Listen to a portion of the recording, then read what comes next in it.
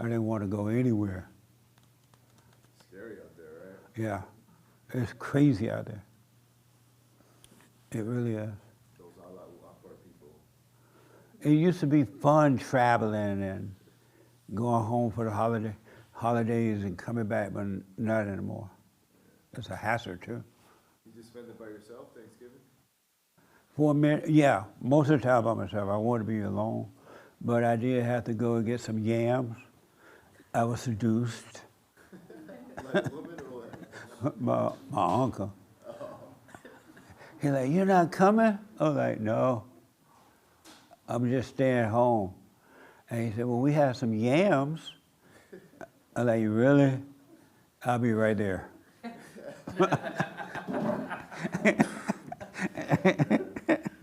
And so I went and got him, and I said, "Hi."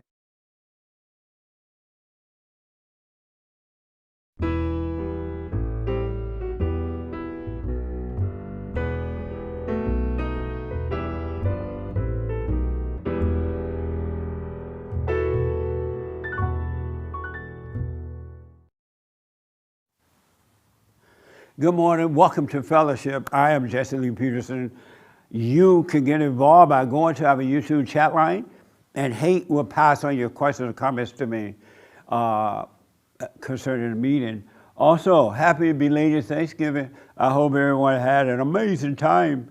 And I know a lot of people traveling and coming back today and tomorrow. Be careful. Watch your backs, all right? Good morning, y'all, again. How's everybody? Amazing. I hope you had a good weekend too. It was so nice. So we did the show on Thursday, and the office was closed. Normally we don't close on Friday, but we closed Thursday and Friday this week. And it was nice because Saturday felt like Sunday. Because normally I just have one day off, and so it was nice to have 2 days off. I started not to come today. But no, no plan. Any questions? Oh, let me just say, there's a young man that come to the meetings, and he has been coming for a while to the Men's Fellowship and the Sunday morning. I was told that he expired, and his name was Rene, Hispanic guy. You probably know if you saw him, but you may not remember his name. But so may his soul rest in peace, Rene. He was working on himself, and so I wish him well. Amazing. So no question. Nobody came with any question. Nobody had a life. Nobody discovered anything or anything, right? I have an update. Okay, we could do the offer. Huh? I have an update. Okay. Somebody. I had quite the life these past few weeks. I saw Revolver. Oh, you did? Finally, it's an amazing movie. Yeah. I'm about to watch it again, too. Yeah, it's really good. We can get into that, but also my grandpa passed away. Nice. I And mean, then- not nice, but Yeah, You did. it's all good, you know what I Yeah. mean? And then I saw my dad for the first time in almost 20 years. So Really? we finally reconnected because he's in visiting. 20 years? Yeah, it's been about 20 years. What Yeah. was he, in Hong Kong? Korea. Close though, close. Close enough. He was over in Korea? Yeah, Why he you was- had not seen him for that long? He lives there. He lives And they there. don't have FaceTime or anything? We talk, but that's about it. But like I'm talking about actually like Right. meeting in person. You know. what How I mean? was that? It was amazing, Jesse. Oh, yeah? Yeah, it was really something else. It's Right on. It's exactly how you describe it, and the way I see it is, if I never took this journey, it would have been nothing like. And then other than that, I've come to realize we should celebrate a life instead of grieve death. Right. You know what I mean? And it made everything just better. Christ said, let the dead bury the dead. Let the dead bury the dead. Okay. Yeah. Okay. And whatchamacallit. And with my pops, you know what I mean? Like it was like, I don't know, it's just like how you describe it. Like you can't really put it into words what it's like to be with your earthly father. Yeah. You know what I mean? And like in the past it wouldn't have been enjoyable as it was with how we did over the week. Yeah. But it was nice. It was very nice, and I just wanted to update you with all that. You know what I mean? So No. Well, stay with it. yeah, I definitely will. I do want to make the point, though, that when I say, salvation is about a return to the Father, And you're never going to know your spiritual father as long as you resent your earthly father. And so you have to forgive him. But it doesn't mean you're supposed to let him use you, take advantage of you. You don't have to be friends with him if you don't want to. You have no obligation to your parents at all in that way. You're just not supposed to resent them. So, because I know men and women who have gone back and forgiven their fathers and mothers, and the parents took advantage of them. And the kids thought that they were supposed to be doing that. No, you're not to. All right, so just remember that. The thing about forgiveness, you will be free. So you can hang out with them or not. Don't give them any money. Don't do any of that crazy stuff, because they will take advantage of you, because they think your forgiveness is weakness. So don't let that happen.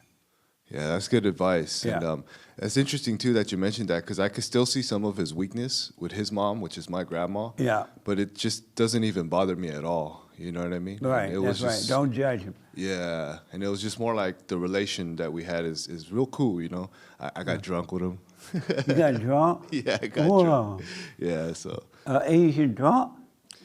Yeah, they exist, Jesse. Oh, yeah. You're looking at that one right now, man. Right on. Amazing. Okay, well, I'm glad that worked out for you. Yeah, thank you, Jesse. It was very enjoyable. I had a great time, and I just wanted to let you know about that. So. Right on. Nice. I have a quick question that came up in the office last week. Did they take God out of the schools? Did that happen? I heard something about that. You heard it? Yeah. You heard it too? Did they take God out of the school? They took Oh, religion me? out of the school, that's for sure. Yes, I believe so. When did they do that? They did that, it's difficult to pinpoint the year, but I would say within the last maybe decade, Oh, yeah? or maybe a little less. So when you were in high school, there was no God? No, I didn't grow up in the era when they took God out. Oh, when I you were in grew high up with school, God was still there? Yes. Oh, okay. I mean, of course, I went to a Catholic school too, so of course, he was there. But we said Pledge of Allegiance. A lot of schools don't do that any longer. Right. Or if they do it, they give the child the option of whether they want to participate. So a lot has okay. changed on that front. So when they took God out of the school, did that affect the schools?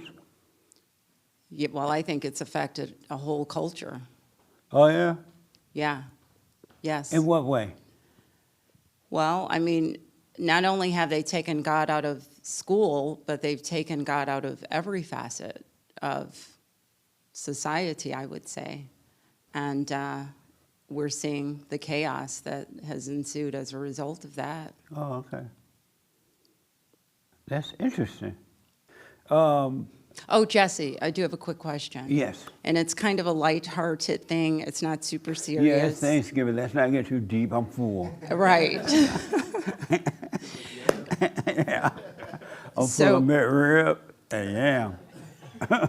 Did you have a good Thanksgiving? I missed that part. Did you have a great It was Thanksgiving? amazing. Okay. I So had McRibs. you had what? McRibs You did. and candy yam. But go ahead. Okay, so I just want to know if I'm psychic, because I was literally driving here and it freaked me out. Not really freaked me out, I'm just saying that for fun. But Hassan flashed in my head, like his whole face, everything about Hassan, right? And I asked myself, I wonder if Hassan is going to be at church. And he's at church. And it's not like we're friends or anything, so what does that mean? Oh, you don't like him? No, I think he's amazing. I think I would be his friend if he, right, we can be friends. I mean, I have no problem with that, Hassan. But yeah, No, what is it? people cross my mind like that sometimes, and they show up, or I hear from them. Okay, It's not. nothing It's too spirit deep. to spirit, no. Okay, Yeah. just checking. Uh-huh. All right. Lord, every black person think they psychic. Yes, Frankie.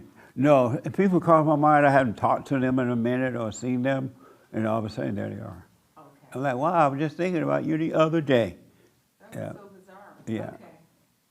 Yes, they took, it's about they taking God out of school. Yes, I was at the when I was in school, this is 69, 1970, they had already taken, what they used to have is they used to say a prayer after the Pledge of Allegiance, and they had the Ten Commandments on the wall.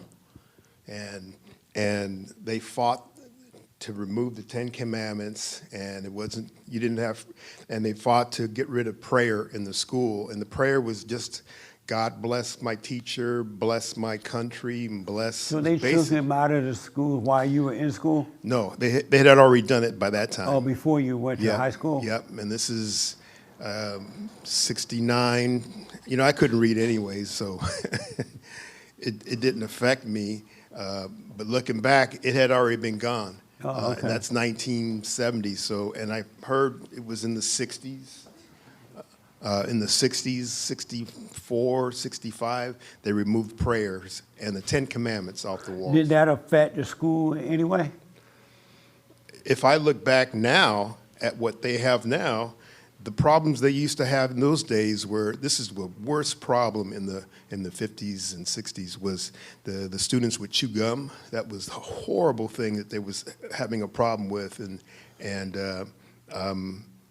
you know, compared to what the problems that the teachers have now, where teachers actually get beat up by the students.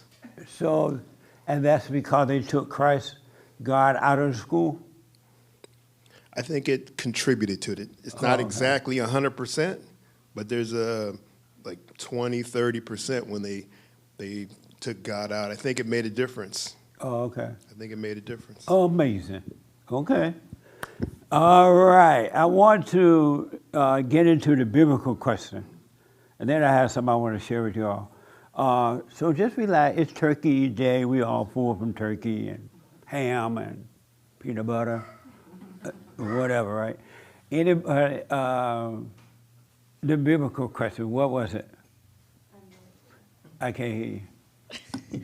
I have no idea. Really? Yeah. Have you been helped this year or since coming here? This year? Yeah, for In sure. what way? Oh, that's such a loaded question. To sum it up, You said loaded? yeah, like it's just a big question. I haven't okay. thought about it.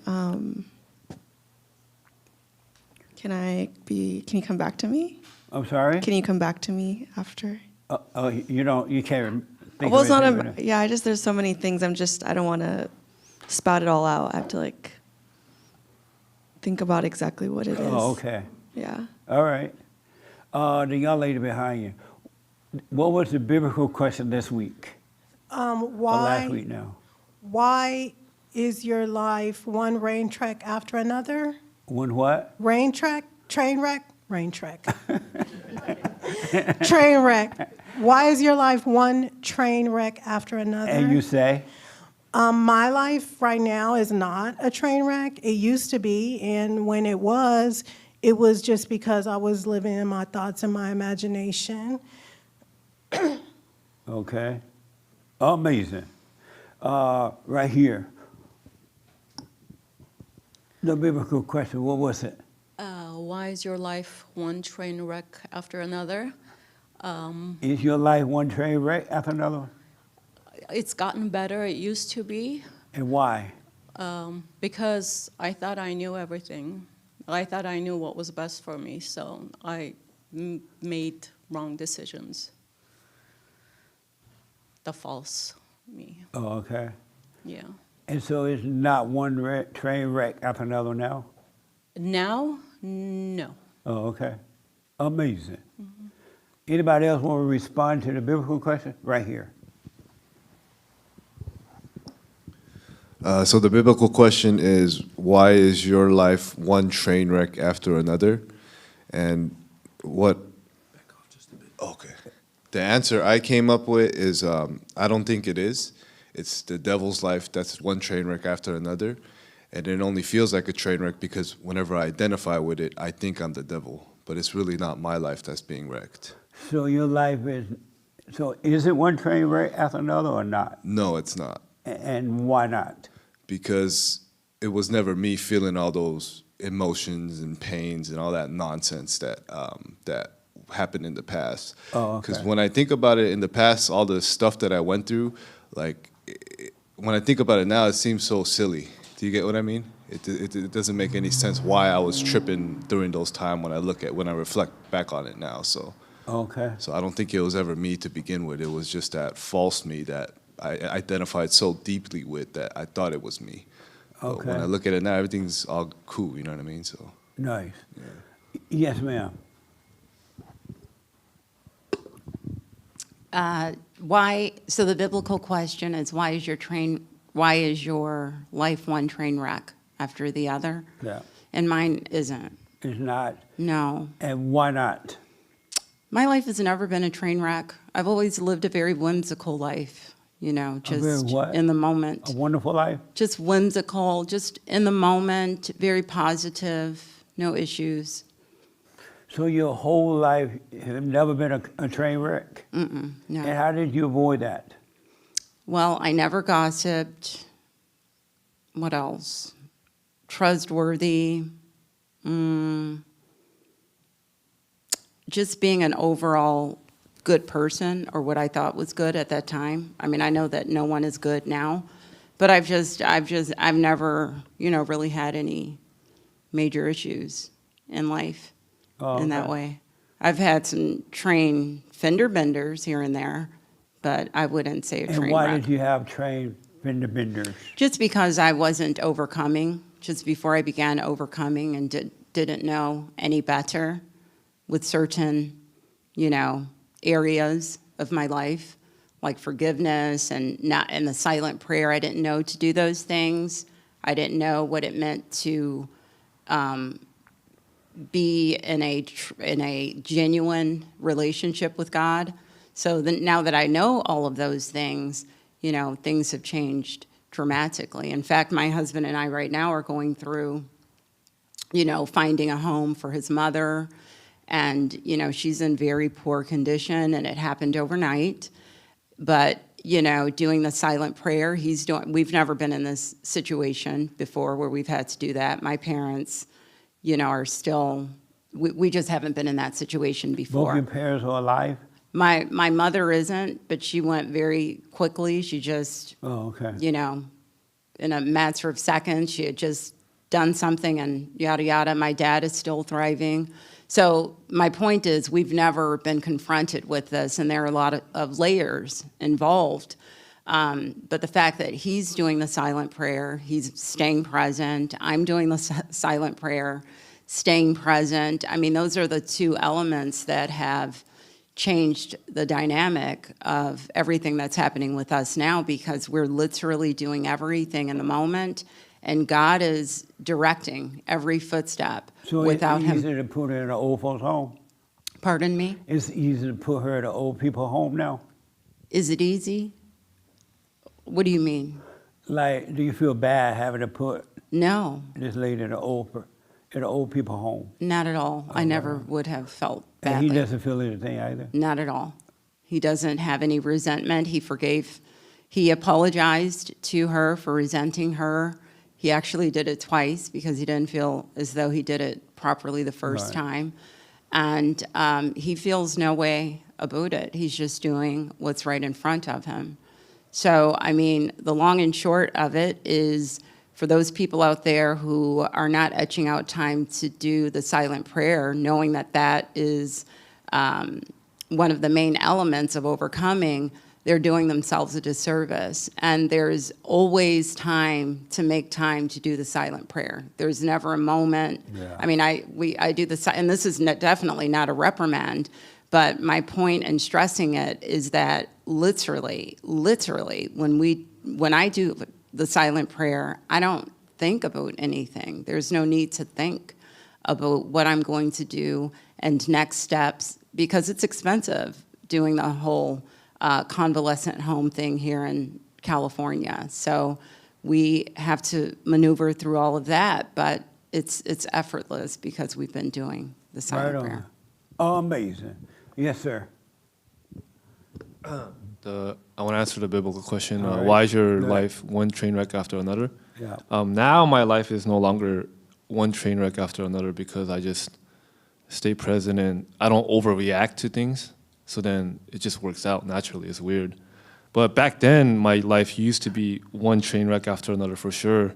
And then it was like a drug because when a train wreck happens, I like to like escape from it, go drink, party, and all the other stuff that comes with it. And then it was like, and then once that train wreck was over, it felt so good just being out of it. And it was like a cycle, like a period of So happiness. why was it that way before?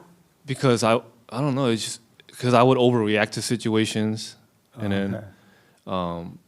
I was very emotional. So I would, whenever a situation happened, I would take it very emotionally, and then it would cause me to like want to escape it. So I would, drink or hang out with friends and stuff like that, and then all that stuff felt really good, escaping from it. And it was just like, I just thought it was natural, like life. You go through the lows and then the highs and then the lows, and I just thought that's what life was. Oh, amazing. Right on. Yes, sir. I just wanted to add real quick about the train wreck. Why is your life train wreck one after another? It's also because I was listening to the thoughts in the past, for it to tell me what to do, to escape my misery, essentially, and what I thought was right. And it always led me down the wrong paths and always bad outcomes and stuff. So. Oh, okay. Amazing. Anybody else want to respond to the biblical question? Yes, Alex. And then, Hey, my name's Alex. hey, Alex. For the biblical question, I feel like before it was train wreck after train wreck, Yeah. and well, lately I just been, you could say, a little more selfish with my life. So I feel like there's certain people that I will let on my train, and they're there when everything's fine. But when it comes to putting in work and upkeeping it, nobody was helping. So what I did this time was I left. I got out before the train crashed. Right so on. that's the only difference I've been doing. Nice. Yeah. And do you feel good getting away from it now that you realize what's going on? I do now. Yeah. I still have like certain emotions where I feel like I'm letting people down, but I'm just trying to. Well, I got to remind myself that like if I'm not good, I can't take care of my kids. So I need to make sure that I'm selfish and make sure that. What does the feeling feel like that you're letting people down? What's that feeling? I feel like I'm doing something wrong, Oh, even though I'm looking out for myself. right on. Yeah, so I think it's just some trauma that I haven't Yeah. like dealt with as a kid. Nice. Amazing. Yes, Frankie. So, why is my life a train wreck? After another one. I'm One surprised after Frankie another. remember the biblical question. Yeah, it's interesting. But it's because the reason I do remember is because I lived it, and I didn't understand at the time, especially in my younger days. I'd have to call the police and go to court, very serious things. And then I would have a close friend who would tell me, it's your fault. You did this, and you did that, and you did this. I said, I did do that. Why did I do that? And I would do it over and over and over again, driving down the wrong kind of street, at night, and things would happen, and it was my fault. And it wasn't until I was able to kind of really, really look at myself, and then I had to repent, and then it was kind of taken away from me because I didn't know that I was making these stupid decisions because I'm playing God. I made these things happen because it was me. And it was my fault, and it was me playing God. And so when I pulled away, then that's when the train wrecks, they didn't happen as often. They Okay. slowed down. Oh, amazing. Yes, Mimi. Why is your life one train wreck after another one? Well, first of all, do you mind if I say I know who you were speaking of when you were speaking of Rene, so my condolences to his family. Oh, you remember him? I do. Yeah. Yeah, so may his Right soul on. rest in peace. Were you surprised he died? I am. I'm thinking Okay. of who you were. When I realized who you were referring to, I was like, no, no. So, yeah. It's amazing that someone could be sitting in this room today and tomorrow they're dead. Exactly. That doesn't even make sense. Yeah, and there was no indicator that would be Right. coming soon. So, yeah. Amazing. Huh? Yeah, it is. But may his soul rest in peace. Yes. So I would love to. And you're supposed to say, my heart goes out to his family. Yes, my heart goes out to his family. My condolences to his family. I think you're supposed to say it, but not say it. Oh, Jesse, how That's what- tricky you can be. That's what everyone said. Oh, my heart goes out. What does that mean? And I fell right into that. I know.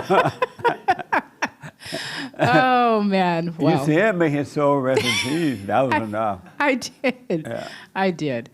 Well, go ahead. So I'd like to believe I have arrived, but no.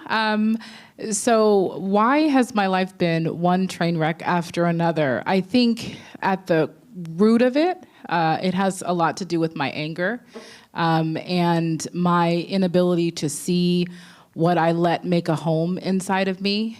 And then just wanting for something. I was looking back this morning about this whole year, and this year was a lesson in not wanting for something, because that was what my move to Georgia was. So I think it was just that I wanted something, whatever it was that I was trying to achieve. I sold my soul to the devil a lot, not figuratively, but I mean, Oh, no, figuratively. you sold your soul to the devil. Oh yeah, then I said that right. It He was literally. owned you. Yeah, I was willing to pay the price because I wanted to feel better. I wanted that pain to go away, and the not me was very convincing. But it's interesting because I would never be able to engage in this conversation had it not been this place working on myself. So it's interesting that this conversation even exists. So It's amazing that God is blessing us to have this kind of conversation. You know, how many places you go and they're up there praising the Lord and carrying on, and nothing is happening but ego. So we are fortunate, we are blessed to know there's something else. Absolutely. Amazing. Hassan wanted to respond to it. Why your life one train wreck after another one?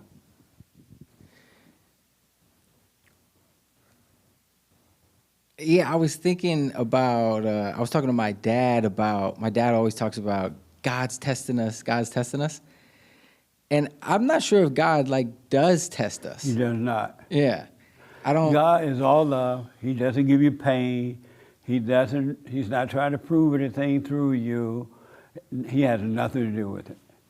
Yeah, I agree. So I was telling my dad that. And then I was thinking maybe the whole concept of train wreck is an illusion. It's only a train wreck because you have these expectations of life or what should be. But maybe there really is no such thing as a train wreck. Maybe just like life, it's like whatever it is. And Meaning what? Are you saying life should be one train wreck after another? No, I'm just saying who's to say what is a train wreck? Who's to say what is even when people say God's testing me, in that, who's to say was a test necessarily? So, but I do think there are things that even if it's God's will, I think about Jesus the night before the cross, and he was they say he was sweating blood or and he said I don't really want to do this, but if it's your will, Father, let your will be done. Yeah. So even he had a little bit of not train wreck, but a trepidation of okay, well, I'm just trusting that you're driving the car. And maybe sometimes we try to take the wheel from God, and that's what causes the train wrecks. Is no, I want to drive it this way instead of just letting God drive it. So I don't know. Yeah, that's yeah. And so your life one train wreck after another because you don't think it's really a train wreck? No, I don't think it is a train wreck. I just think that,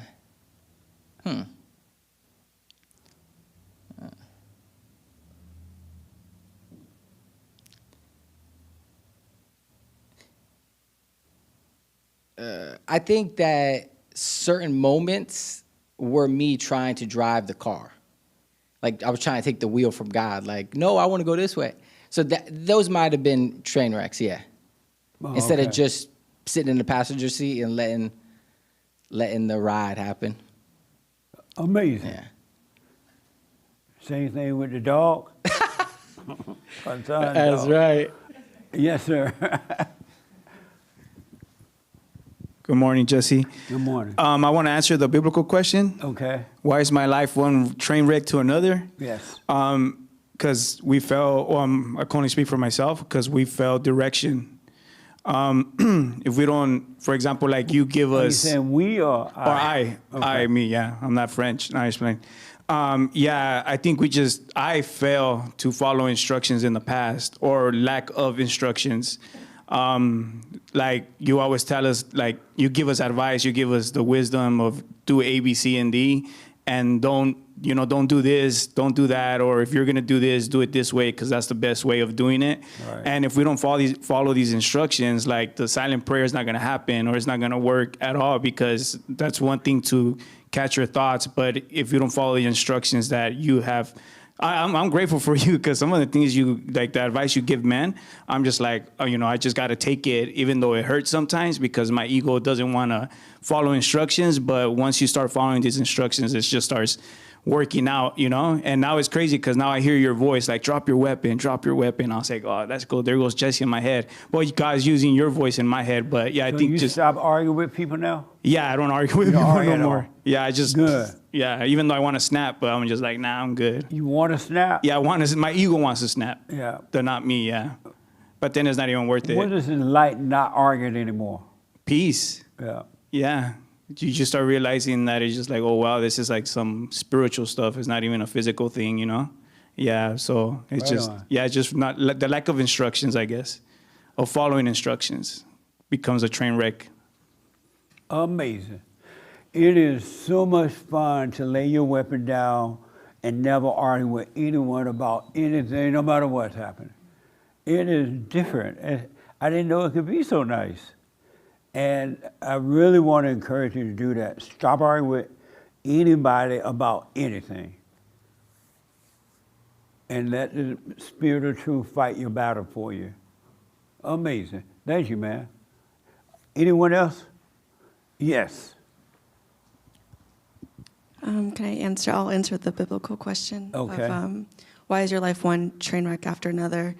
I think I'm becoming more awake to the fact that it's not. And to Hassan's point, it is an illusion. I think I grew up with my mom, and my dad's favorite saying was like, if something can happen, it will happen. And so that was like my life as well, was just taking that identity and thinking, okay, we just have to battle everything and in a way that's like where God's people and everything's coming for us type of a mentality. Like you got to battle the world because it's like Satan owns the world. You got to battle the world and kind of take arms. And so I think that mindset of like everyone's out to get us and victimhood there in a lot of ways. So I think now it's like staying present, not looking forward, not looking backwards, and having expectations for this like thing that's coming to get us. And knowing it's like, I don't have to live that way anymore. And I think now it's just being present, like you've mentioned, and not having to give in to the thoughts and the emotions that then turn into like thinking what's coming next, like an impending doom, if you will. So it doesn't have to be a train wreck anymore, which is nice to feel that at the end of the day. Nice. Yeah. Your mother's still living? Yeah. And are you close to her now? Yes, You we're getting are? closer. You Yeah. are? Yeah. And why? I think she's starting to wake up more to seeing that she's like, the other day she actually was like saying, oh yeah, we used to say that saying, and I think we're realizing it doesn't have to be that way. And those are the moments that like start to heal our relationship. Where before I would be like, okay, you stay over there. I'm trying to protect myself now from like whatever those lies are. And Yeah. now it's like we're becoming more and more like What awake good together. is it doing you to have a mother? Wait, what? Say it again. What good is it doing you to have a mother?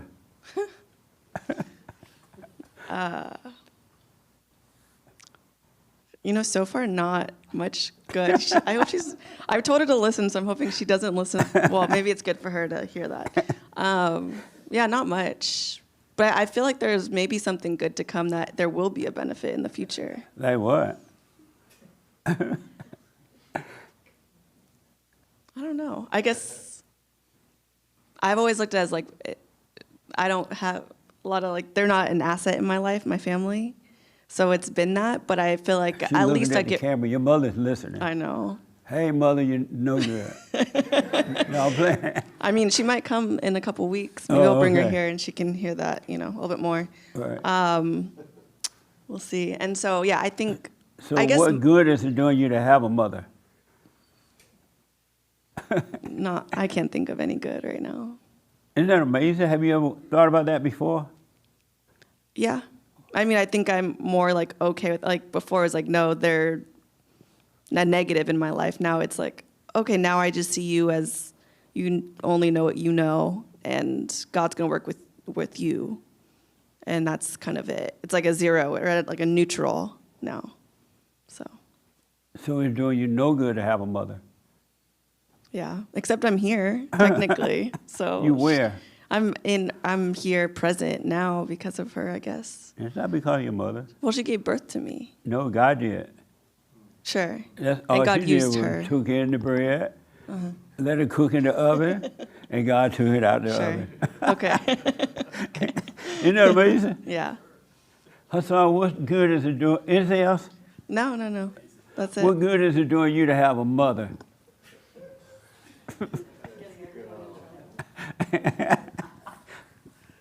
It's so funny because this is gonna make it even worse. But as soon as you said that, I thought that about like a wife, a girlfriend, my dog. Like, but yeah, it's true. It's like when you really think about it. What's true? That was a question. Yeah. Well, a bunch of stuff came to mind that you would perceive all like negative. I would. I think. Yeah. So, and I think they are, but I think that I've just like, you know, it's like all these emotional things, like a safety blanket type of thing. Where it's like, even when I tell people that my dog is an emotional support thing, Yeah. like emotional support dog, it's like really, all this stuff is. Like really the Holy Spirit is supposed to be the emotional support, you know? So all these things are like, So what feeling. good is it doing you to have a mother?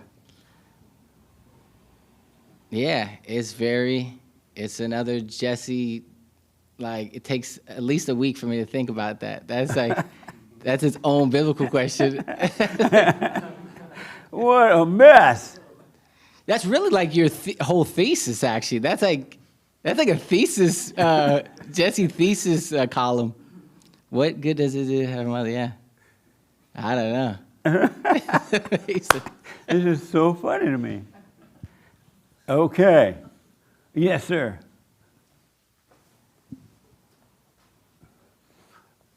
Is your mother living? Yeah. What good is it doing you to None have at a all. mother? No. So why you think it's so important? I don't think it's important. Oh, at you all. don't? No. Amazing. All right. You want to respond to the biblical question? I mean, sure. Why? I don't believe my life is one train wreck after another. It hasn't ever been? I think when it has, it's because I hadn't surrendered. I didn't believe that God was who God actually is.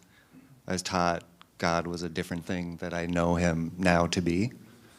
So I think that's the key, is you just surrender and believe that God loves you and is in control. Oh, okay. We don't have free will. Amazing. Yeah. All right. Nice. Anybody else want to respond to that? Yes. Yeah, I was really thinking about this one with the train wreck, and I have a few things that I've been trying to work on, and that's the whole reason why they're train wrecks, because I keep trying. Because the way I was brought up was always, you've got to do it for yourself. And I've always been like the person that tried to make everything better myself. And I'm realizing it because there's a few things that I really want to change, and I know that it's not changing because I keep trying to change it. So I've been just watching it, and when I get a thought that tells me to do those things that I don't want to do, sometimes I fall into them and do them again, but I don't beat myself up over it. But I'm seeing that it is a thought. And even like one is like with food, because I have to be on a special diet because I have some issues, stomach issues. And I hear the thought saying, oh, you should go out and eat. And then I'm like, I know I can't go out and eat because I'm going to have issues, physical issues. But I hear it, but then I fall into it. So I know that I'm just listening to Satan. I'm just listening to my thoughts. So I see it now. But before, so sometimes Satan will lie to me and be like, hey, you went through this real big issue. Like I went through something that I dealt with it fine. I mean, I had a lot of things stolen from me, and most people I would have, like a few years ago, I would have went crazy. So I thought, oh, I got this. And, Satan's like, oh, you got this. You handled that perfect. So I can see myself listening to Satan and then not. And so I think it's one train wreck after another because I go with a thought. And that's what I'm seeing now. And I'm glad that you brought up this question because I've been trying to watch it and see why is it a train wreck? Because I feel like it's a train wreck because my life is normal and then I do one thing I don't like to do and it could get me in trouble. And so I'm like, okay, I want to not do that. And I just can't because I'm like, oh, well, next time I'll do this. And I know that's Satan telling me, oh, next time, if you can do this, you can do a little, you can do this. And I know that it's that little battle. But it doesn't have to be a battle. I can just not listen to it and deal with the pain. And like you say, sit in it. Yeah. And sometimes I don't want to sit in it.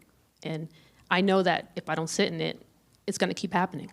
So, Okay. So that's kind of why I know I'm going through that train wreck here and there. But because it's weird because like my life will be perfect for a while and then I go, oh, I didn't listen. And then I listen again and get myself right back in the same trouble. Amazing. What a mess. Mm-hmm. Yeah. Yes, sir.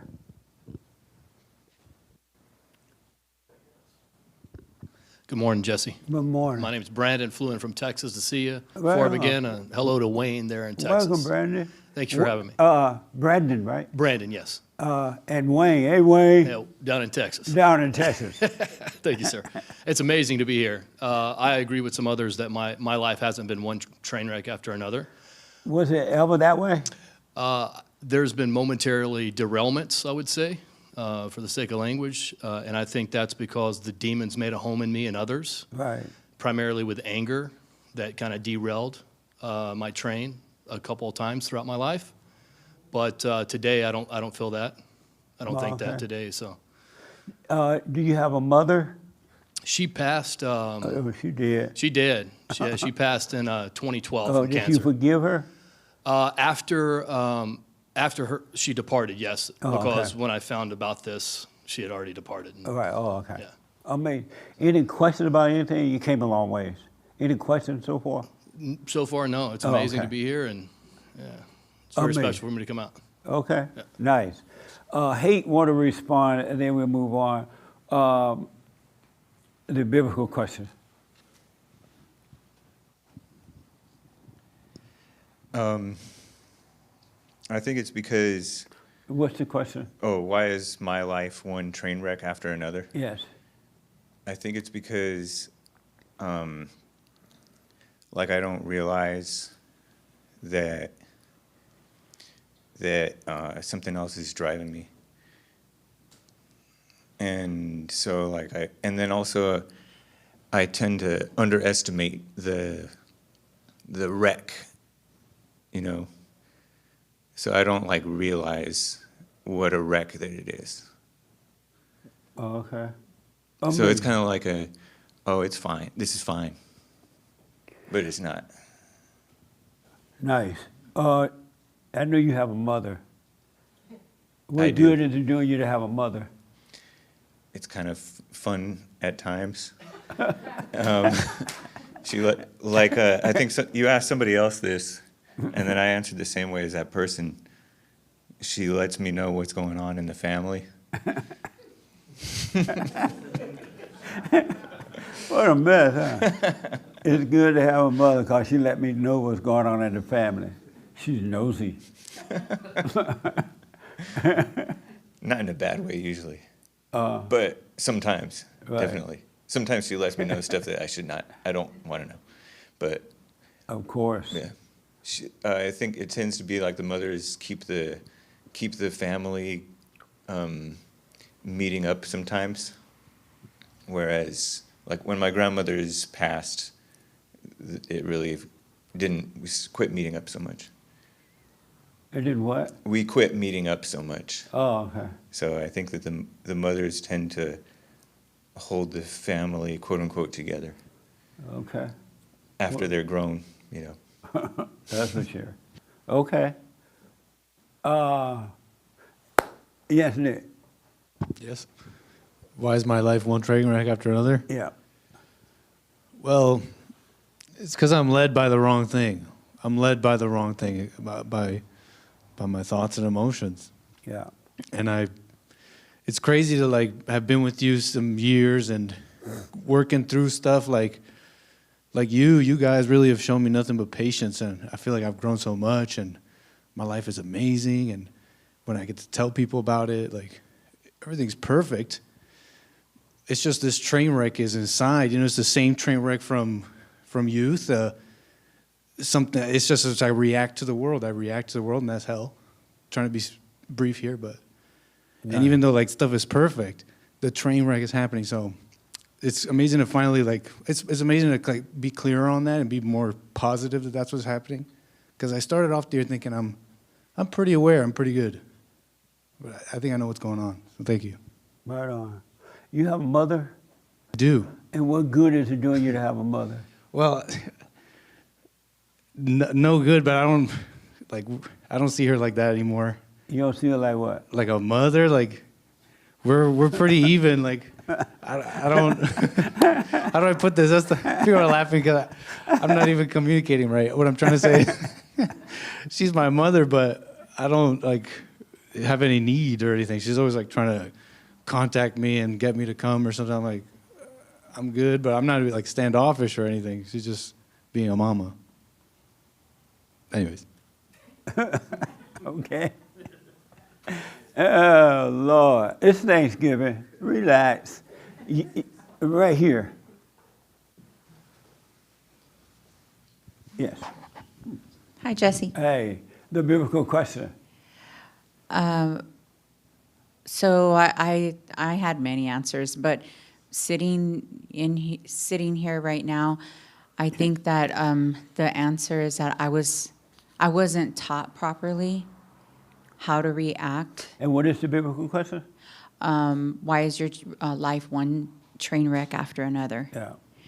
And I seen a lot of overreacting in my life, and therefore I overreacted. Yeah. And it wasn't the teachings from God. I wasn't one with God. And it led me, like, it was like judgment, instant judgment when, I seen things happening. And yeah, so it's like, I think it really comes initially from what I seen and what I started to identify with, which was overreactions to situations. And the judgment was like, it happened, it just happened so instantly.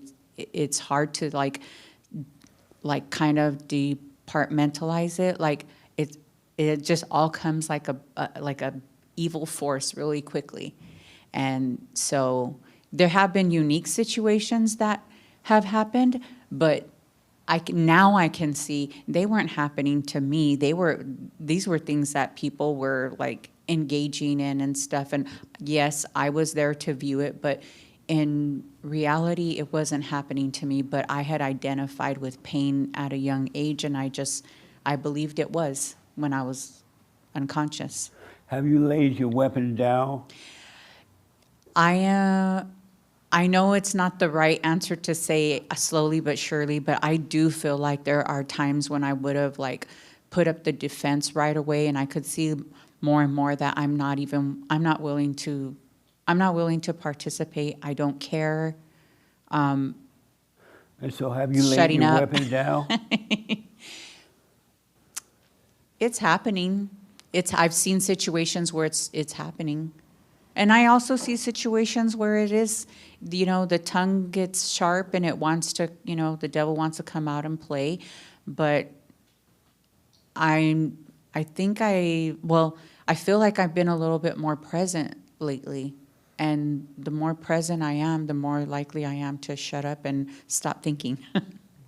And so have you laid your weapons down?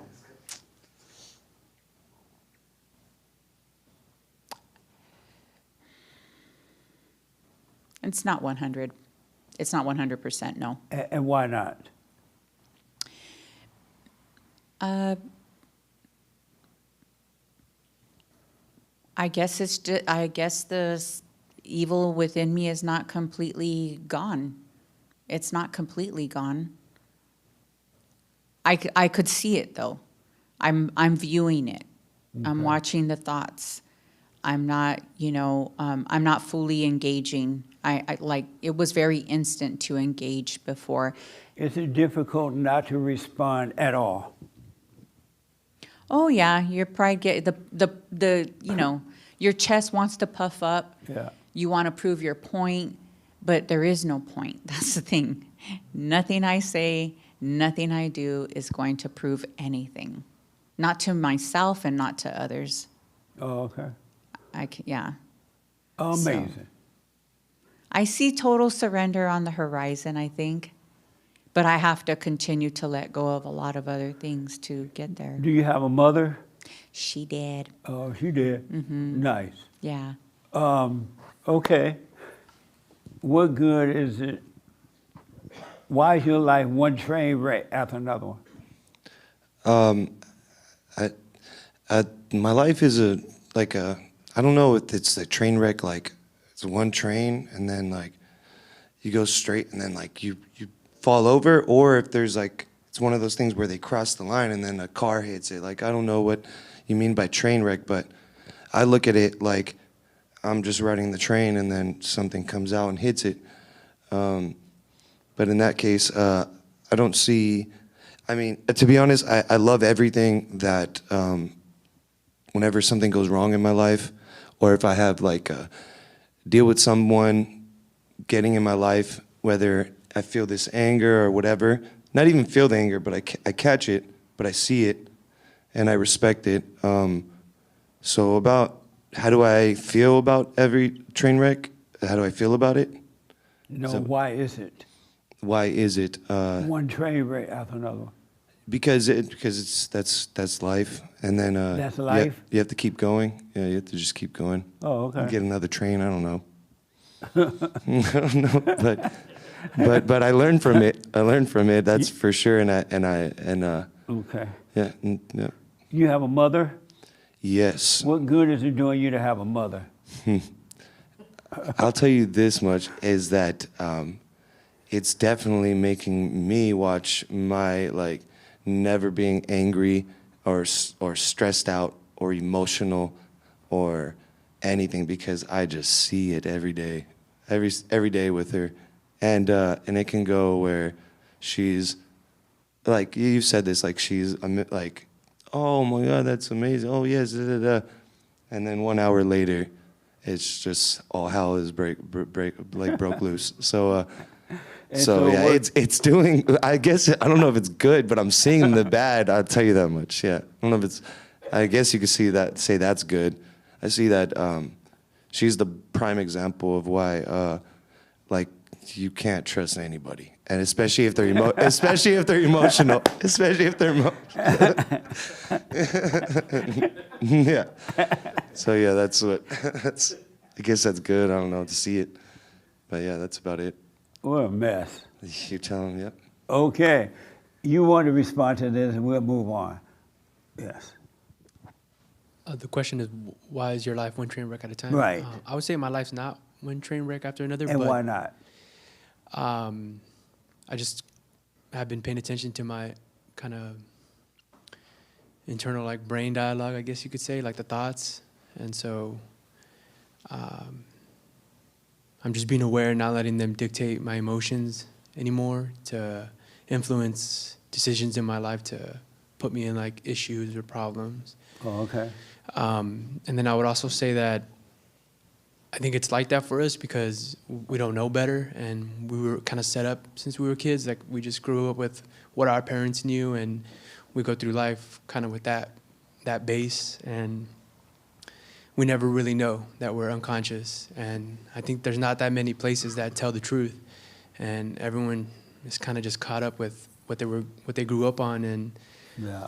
because there's not that many places that tell the truth. I mean, it's everywhere. Nowhere do you see the truth about good and evil. It's all What a mess. huh? fairy tale, yeah, imagination, and so I think that's why a lot of people, And to Hassan about it being an illusion, I think it is an illusion because we're behind the seat, but something's deceiving us to put us in those predicaments and bad situations. So, Do you have a mother? I do have a mother.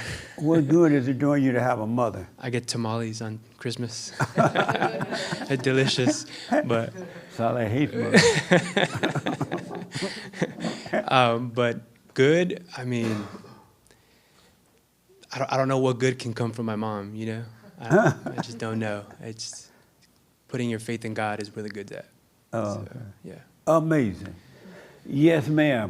Why is your life one train wreck after another one?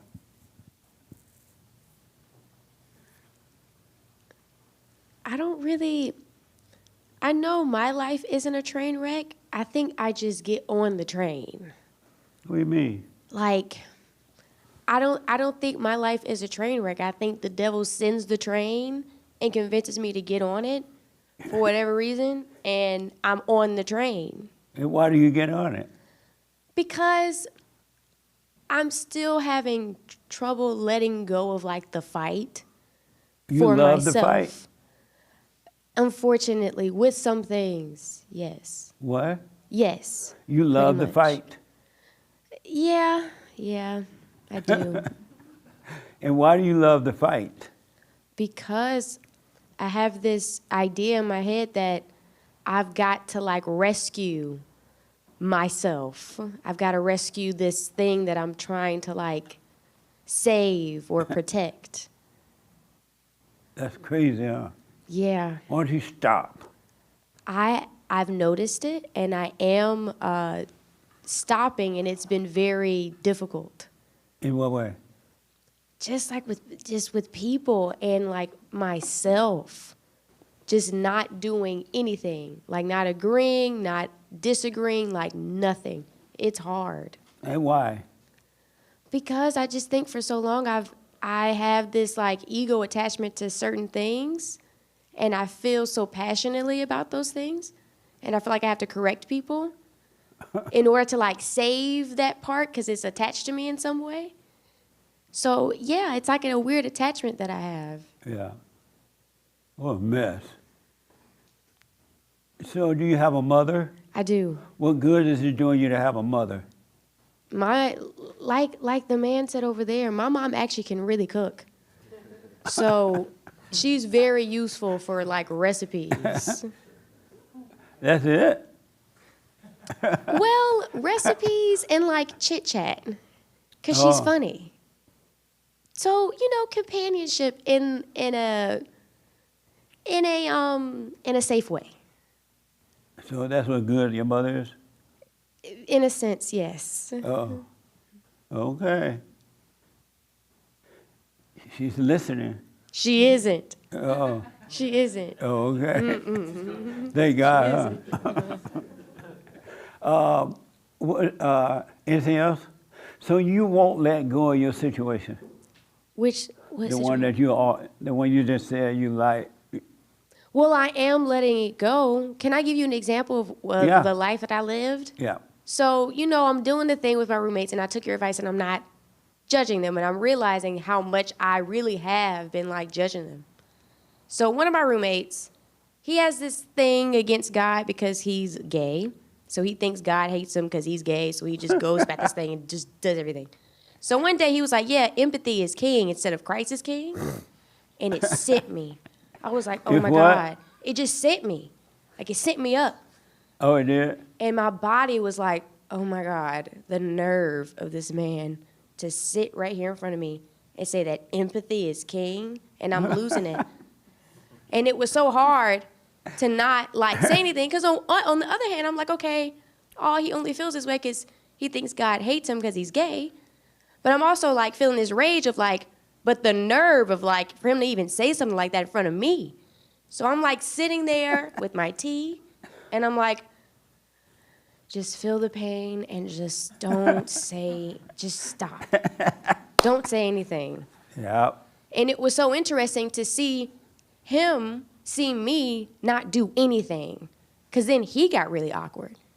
And I was just like, wow, this is just, that was amazing. That is. Yeah, so And that's a that. perfect example.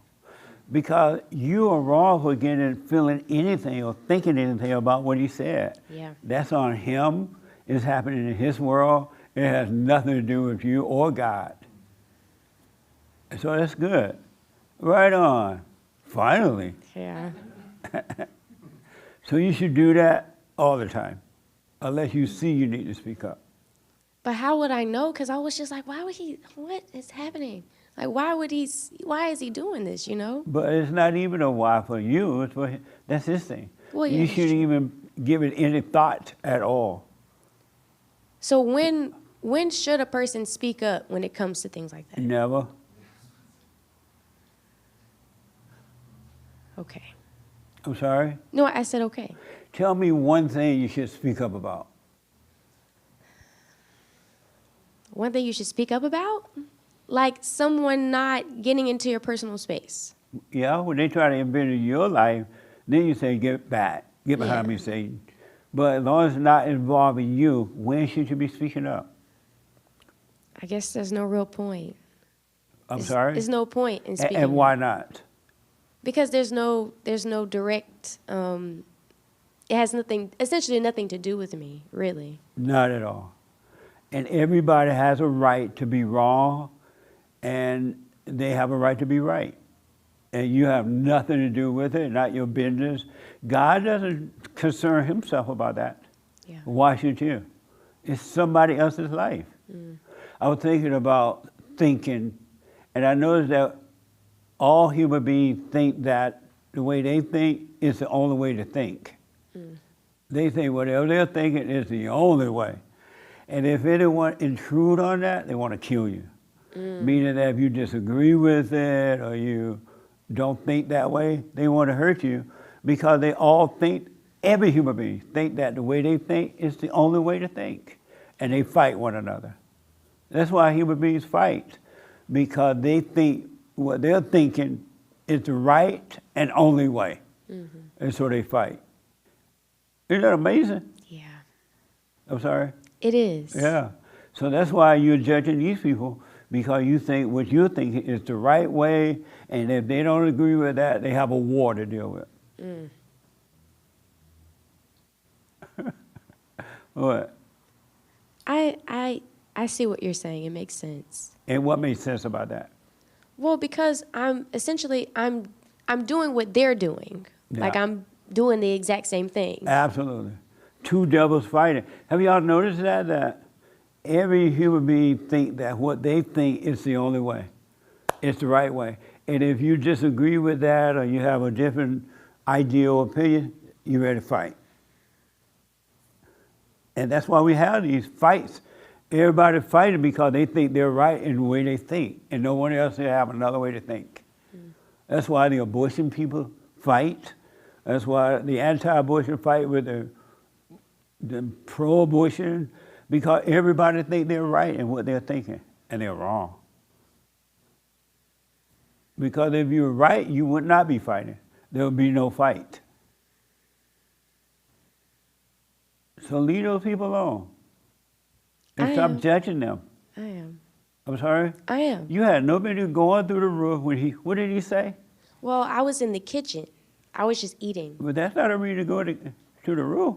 Oh, yes. No. What did not at he all. say that made you go through the roof? He said that empathy is king. Oh, and that made you mad. Well, it didn't necessarily make me mad. I was just like,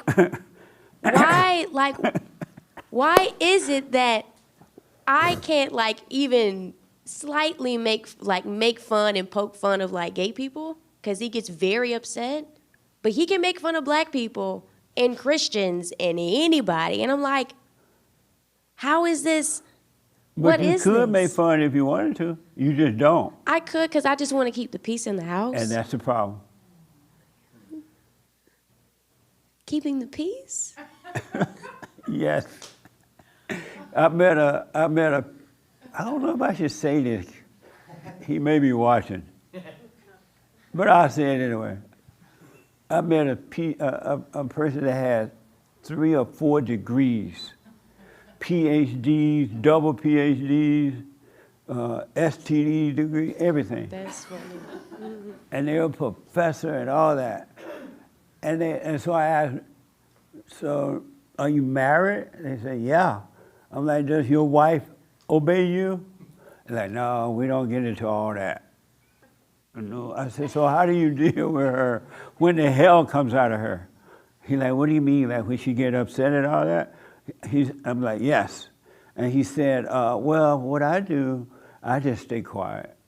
I just let it be. I don't say anything. I'm like, why not? He said, because I just want to keep the peace. I'm like, what the? I was like, so well, how are you helping her then if you don't correct her when she's wrong? But he just want to keep the peace. And that's what you're doing. But yet there is no peace. When you try to keep the peace or make a war, there's nothing but war. So what it is, you can't do it because you're judgmental. And you know when you do it, you're going to do it with anger, and it's going to create a mess. But if you did it with love, it'll come out differently.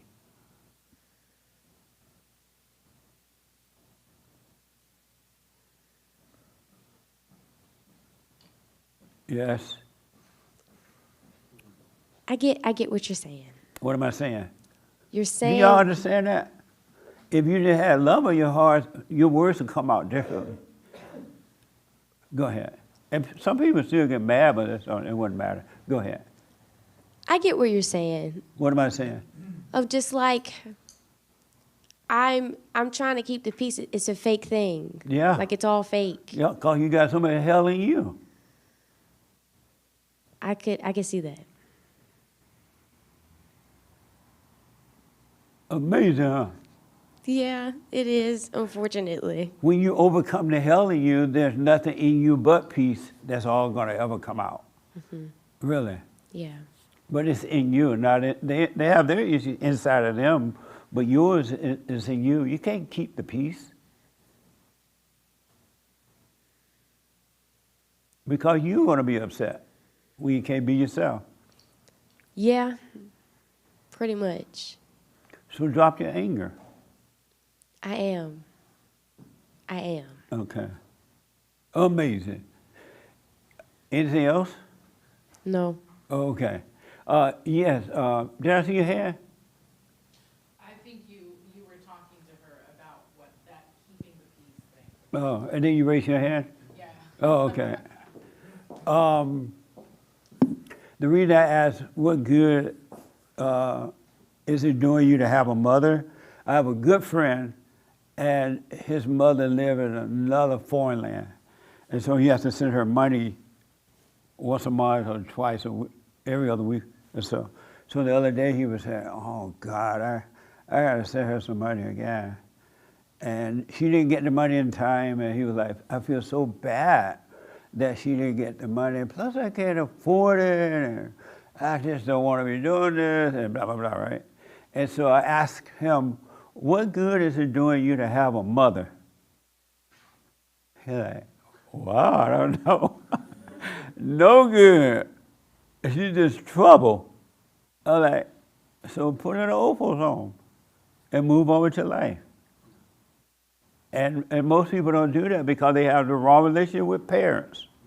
And they have a false sense of obligation, and they have their own adult life to take care of it, but they feel this false sense of obligation to the mother, and most of the time it is the mother, once in a while it's the father, and they have wasted their life working hard for mama. It's not your fault that mama or daddy didn't, when they were young and working and taking, that they didn't prepare for their old age life. That's not your fault. You're not responsible for that. So cut that out if you want to. It's not your, put it over home. Let Social Security pay for it. or Medicare or something, there is a way out. You're not stuck. But you got this false idea about parents. We're just not supposed to resent them because they did the best they could. And that's what it means to honor the parents. It doesn't mean you gotta suffer or feel their pain or anything. That makes sense? Anybody disagree with that? Okay. So let me tell you about, first I want to tell you about I remember that my life used to be one train wreck after another one. I mean, just a mess. And I didn't know why. And so, for an example, when I would break up with one girl, I could not break up with a woman unless I had another one waiting. And that's so true, I don't even know what to tell you about it. Because breaking up with her was so painful. It was like I would be sad. I would have to drive all the way down from LA to Santa Barbara, going out the Pacific Coast Highway with sad music, groovy on a Sunday afternoon, crying. And so I would, all the way that I could avoid going through that, I would have to have another girlfriend and waiting. Because when I had girlfriends, I was crazy. I know you guys were not, right? I remember one time I had this really, I'm using this word because that's what it is, fine girlfriend. You know what fine mean, right? And I thought, I mean, she had me dating basketball players and the Laker team and everybody. Not the whole team. But she was pretty, she had an amazing body, and just, and I started dating her, and she fell in love with me, and I fell in love with her. And so she would come up to my job.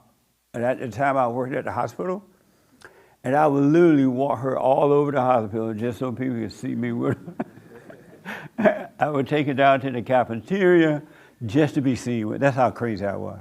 I know nobody else is that crazy in a relationship. I'm different. And so, in order to break up with her, and then I was really happy that she had been dating the Laker team. Not the whole team, but guys from the basketball team. Because I really felt I had something special then, you know, in my crazy days. And so, but there came a time when we had to break up, I could hardly handle it. And so I would find another girlfriend, and so I messed around with her. So that made it a little easier to break up with this. Anybody ever had that problem? Yeah, right on. And so, so I would get another girlfriend, and then things would happen because they don't last. For some reason, they're like all fun when you first meet, and you think this is a lifetime, I'm gonna marry this one. And then later on, you start fighting. And so, other decisions that I would make, they didn't turn out well. And another mess, you know, I made wrong decisions. But now I realized what I was doing that I didn't know now. I was consulting with thoughts. And what the thoughts would tell me to do, they were like, oh, this is the right one. This woman is from God, because I used to ask God to give me one. And then when I would get her, I realized it wasn't from God. And then Satan would say, well, go to church or go somewhere and meet another one. And so I would go and meet another one. And then that would seem fine.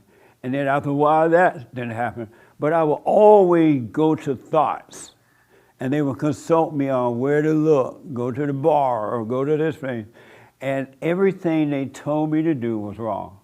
It never worked out. So my life was just one train wreck after another one. Same thing with friends and things like that. Oh, this is a good friend. Or these people are good to hang around with. I was still consulting with thoughts. And I didn't know that that's what I was doing.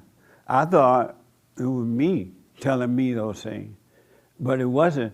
And it was just one mess after another. And that didn't stop until God gave me the understanding about thoughts. Then that ended. Because I stopped believing the thoughts about anything. And I noticed that they would, it's like what this young lady was saying, they would try to tell you one thing after another. Do this, and this was a good one. And the Lord gave you this one, but I was consulting with thoughts. And what I didn't know that I do now is that all thoughts are all lies all the time about anything. And so what happens as you wake up, as you become conscious, what really does happen is that you become less, you are isolated from thoughts, from the imagination. Consciousness is isolated from the imagination. And you will start to just, I don't know where I'm at with this, but you would get to the point where the only thing you would think would be is conscious, and you have little or no relationship with the imagination, with thoughts. The thoughts that you only have are practical thoughts. I need to eat this way. Like the young lady was saying, I can't eat certain meals, or I need to go to the gym. But you would be isolated from, the consciousness will isolate you from the imagination. And you will have no relationship with imagination. And you're going to be mind-blown at how the thoughts, the imagination rule over your whole life. And that's the only reason things have been horrible in your life, because we were listening to the devil and didn't know it. No one told us that. We were so connected. And people push the emotions and they push thoughts until you think that that's the way it's supposed to be. Everybody else does it. Everybody else is very emotional. Oh, my heart goes out to you. It's kind of mess, right? And we automatically think that's how we're supposed to respond. And as a result, you are not being your real self. You're being an illusion. You're being a false self, a showcase personality. Because all thoughts are all lies all the time. They're never true about anything. I don't care what you've done, how bad it seemed, when it happened. It's not real. It's just thoughts. And so that's why it's so good that this year we've had this homework to do, assignments and things, because hopefully it helps you to stay present. And the more present you stay, the more you become one with the light. And you start to see that, wow, that was a mistake listening to those thoughts like that. And when they do come, and they still try to come sometimes, they don't bother you. You see that they're there, but no big deal. You cannot, because consciousness, awareness, will not let you respond to them. It won't let you. It divides you, it isolates you from them. The Spirit of the Father is more than what I can even tell you. But you got to be serious about this, and you got to practice being present at all times, and then resist going along with the thoughts. Just don't do them. And they want you to react because that's how they stay alive in you. If you don't react to them, but just be aware of them and just die daily from them, they will die. It's so crazy, not crazy like crazy, but interesting how that is. You're just a ball full of thoughts, and that's it. All thoughts. Ain't nothing real about you. Nothing that's happening to you is real. You have no problems or nothing. It's just thoughts. They're just thoughts. And then, because of awareness, you're going to stay out of other people's business. You're going to let them live however they want to live and have no opinion about it at all, because now you will have understanding. You will know it's not them. That's the same thing that you're overcoming. You will know that that's what's driving them. And if they try to attack you or whatever they try, it wouldn't bother you. As long as it's not physical. It wouldn't, but you wouldn't give in to them, and you wouldn't hate them for it, because you would know it's not them. But you got to stay with this so you could be, that's why isolation is good sometimes, to just be by yourself in the physical way. Be in the room by yourself. Feel the pain of not having any distraction at all. when you first wake up in the morning, don't just pick up the cell phone and start looking at the cell phone. Get up in fear. Get up with the thought telling you, you gotta rush. Get up with doubt. Get up with whatever thing going on, and just be aware of it and live with it and let the light take care of it, and he will. He'll handle it. But you gotta surrender to that all the way and be scared, be worried, and all that kind of stuff, but don't call it you. And you will start to see, and I can't believe I'm telling y'all, I'm black and slow. I can't believe I'm telling you this, but because you're here, you know that there's some truth in this, because you see what has already happened in your life. You know that. So I'm telling you, you gotta let whatever happens just happen. For an example, and I wrote this down because I had this conversation with some people. So, let me see, how could I put this, because they're watching. It's like your mother's watching. So they got angry at some other people. And so I'm sitting there observing them getting angry. And I'm like, I watch and let them argue back and forth, and they yell at each other or whatever, right? And both of them are supposed to be working on their lives. And so I observed it and I let it happen. And when I was able to talk to one of the people alone, I asked him, I'm like, were you angry? No, I wasn't angry. I wasn't angry. And so why did you say what you said to that person then? Why did you yell out like that? Why did you scream out like that? Well, I didn't want them to think that I was weak. And so that's why I screamed like that. I spoke up like that. Or I didn't want them to spoil my reputation. That's why, because I didn't want you all thinking certain thing about me, they said. And I don't want to spoil my reputation. And I said, so you didn't see that you were angry? And then they said, well, yeah, I saw that. I saw anger was there, but I didn't go with it. I didn't react to it, they say.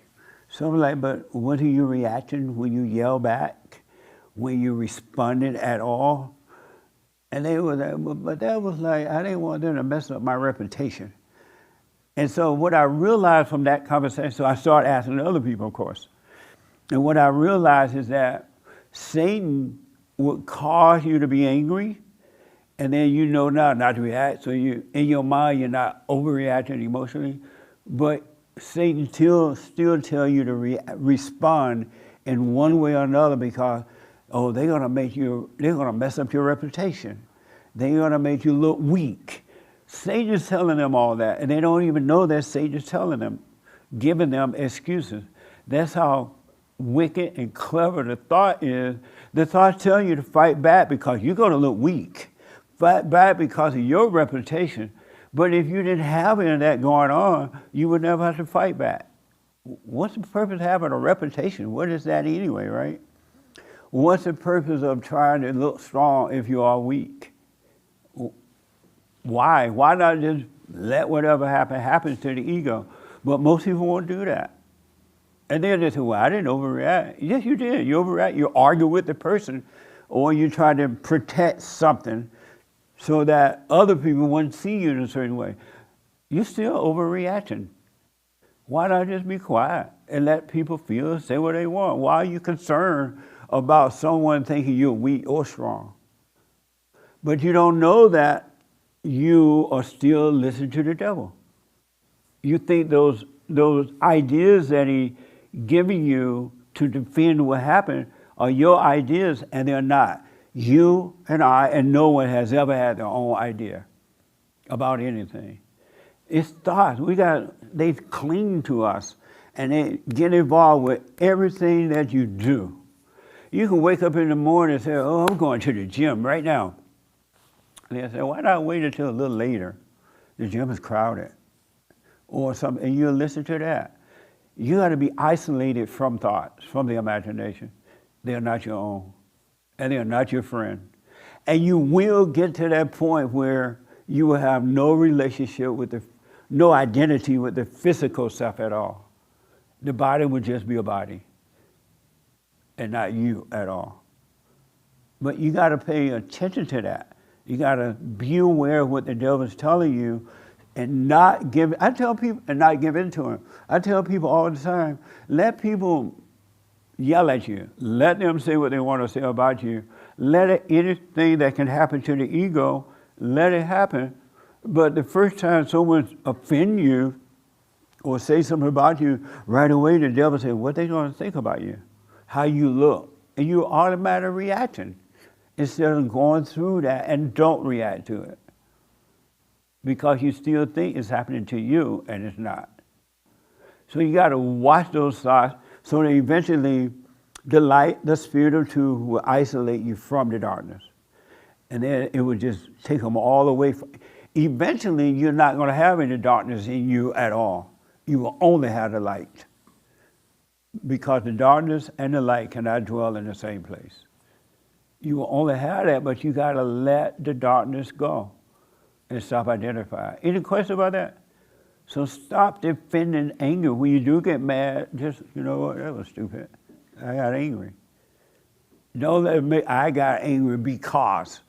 Don't put a because there. You disrespected me. Or you said this to me in front of everybody else. Or the wife would get mad at the husband. You talked like that to me in front of my friends. Or the family. Or the husband would get mad. You disrespected me. That's why I got mad. That's another lie. There's no one there to disrespect. Respecting one another is just an idea. Why do you want somebody to respect you? Why? How many people want people to respect you? You're not going to say no. You do? Say for 3 honest people. Can I get 4? No, 4. No, 5. I knew Sadie would raise her hand in a minute. So why do you want someone to respect you? Because I feel like I was a pushover for so long, and I feel that that's something that I'm overcoming. But I can give you an example of what happened yesterday. Okay. So I go to AA meetings, and I was passing the little offering basket, and one of the guys he threw a $20 bill, but it fell like it didn't fall inside. Usually people like put it inside the basket, and he just kind of threw it from far, and it didn't fall inside. So when I gave him change, I didn't give it to him in his hand. I threw it at him too. And yeah, so. But at the moment, like, you know, the thoughts were telling me like he's disrespecting you. He's throwing money. Like if I was, yeah. The thought told him that, and look how he reacted. Where's the love in that? The person could have not even realized what had happened. Yeah. And even if they were being mean about it, just pick it up and give it back to them, or whatever you have to do. Yeah. The thought told you that.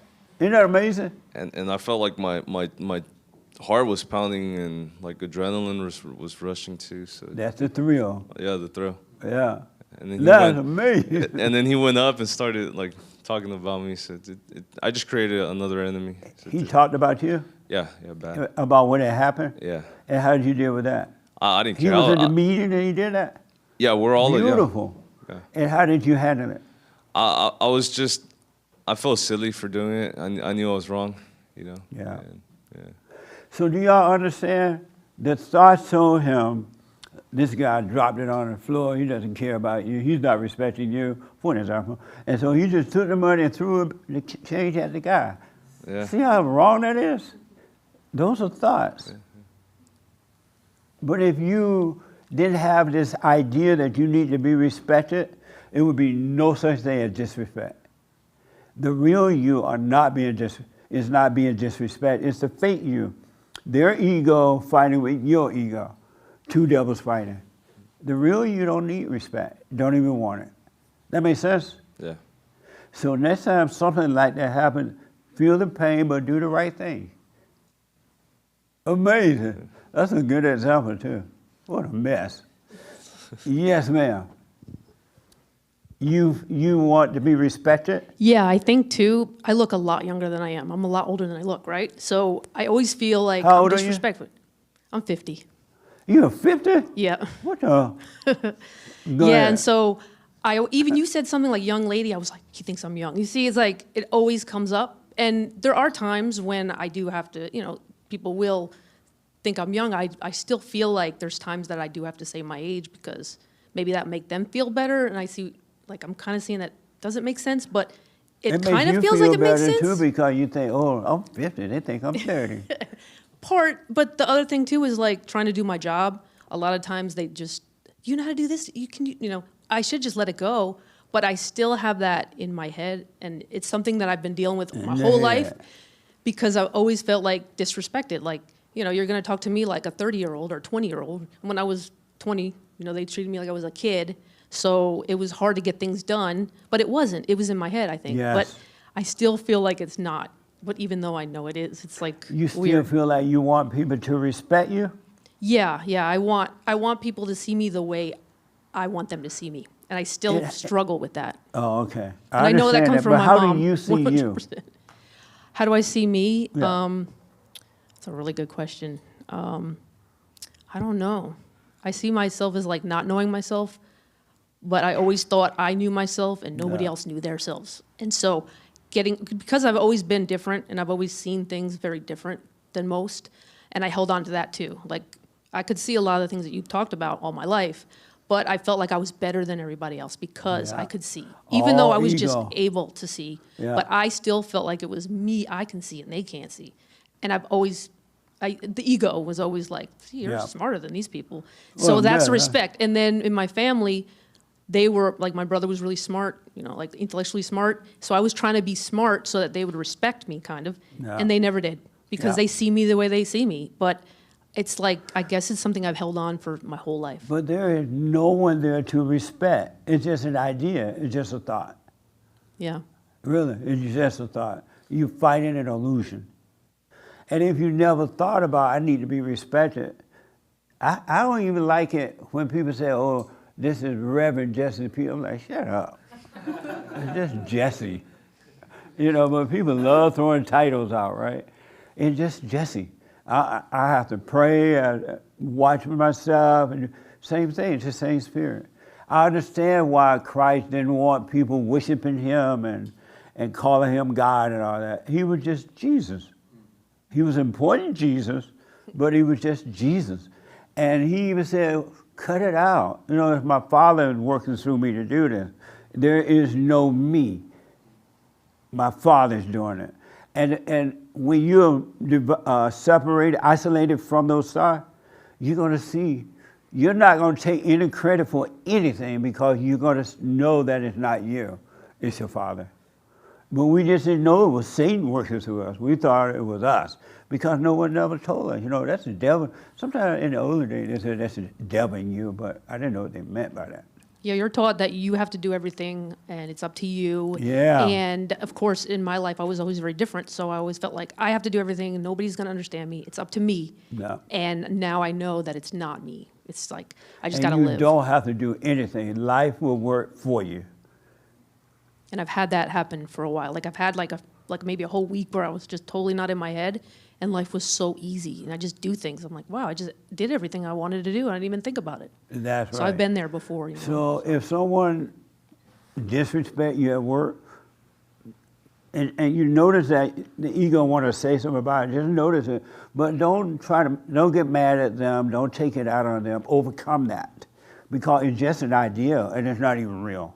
So maybe just don't, when I get that little thought, because somebody will maybe they'll talk to me a certain way or say, like a patient will say to me, oh, are you able to do this? Or are you old enough to work here or something? And just feel the pain of it or something. Because when those happen, I kind of want to say something back. Like, oh, I'm a lot older than I look. I always want to say something back. Right. Just don't respond at all. And do what you need to do. And the devil's going to try to make you respond because he needs a response. He needs some type of reaction from you in order to stay with you. So don't. Those people don't really mean harm, and if they did, because you don't look 50 at all. You was here last Sunday, right? Or the Sunday Yeah, before? I was I last didn't know you were 50. What the? But the devil wants you to respond. Don't. Take the pain, live with the pain, and don't respond. And just do what you need to do. Okay, sounds good. All right? Amazing. You say you want to be respected? Did I see your hand?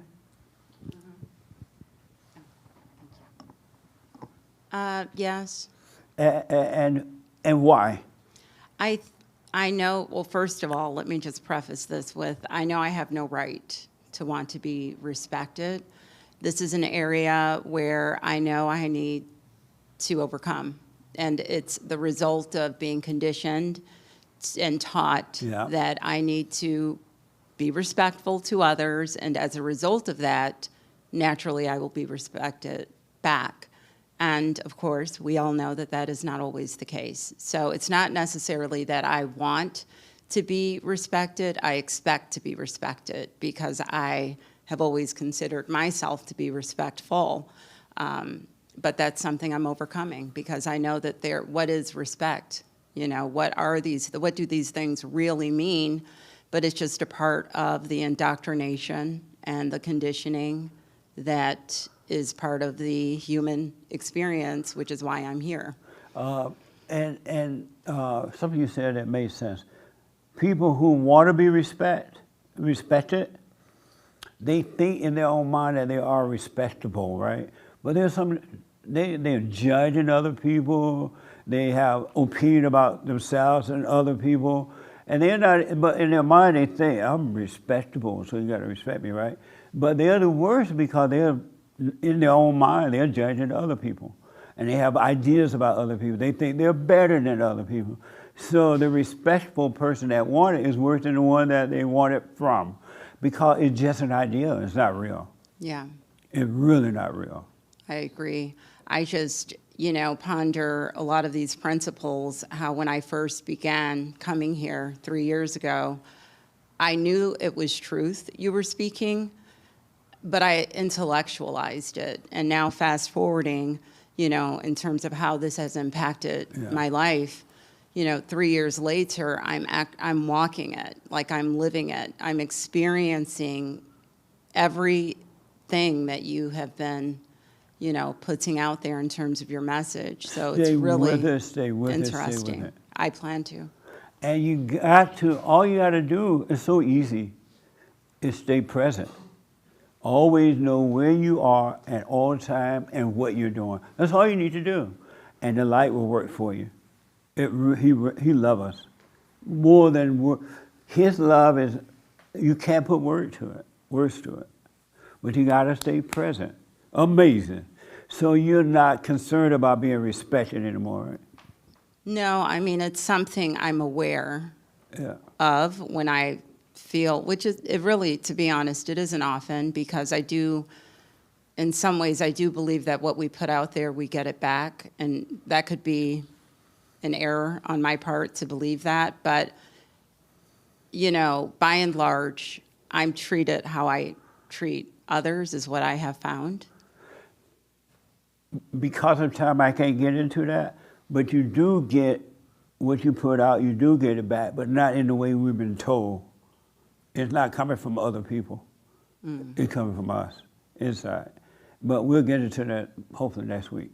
Okay. But getting back what you put out is an illusion too. You think that somebody mean to you just because you were mean to them? Not true. Yeah. They're just a mean person anyway. And you're a mean person, and two mean devils fighting one another. And then the world said, well, you only getting back what you put out.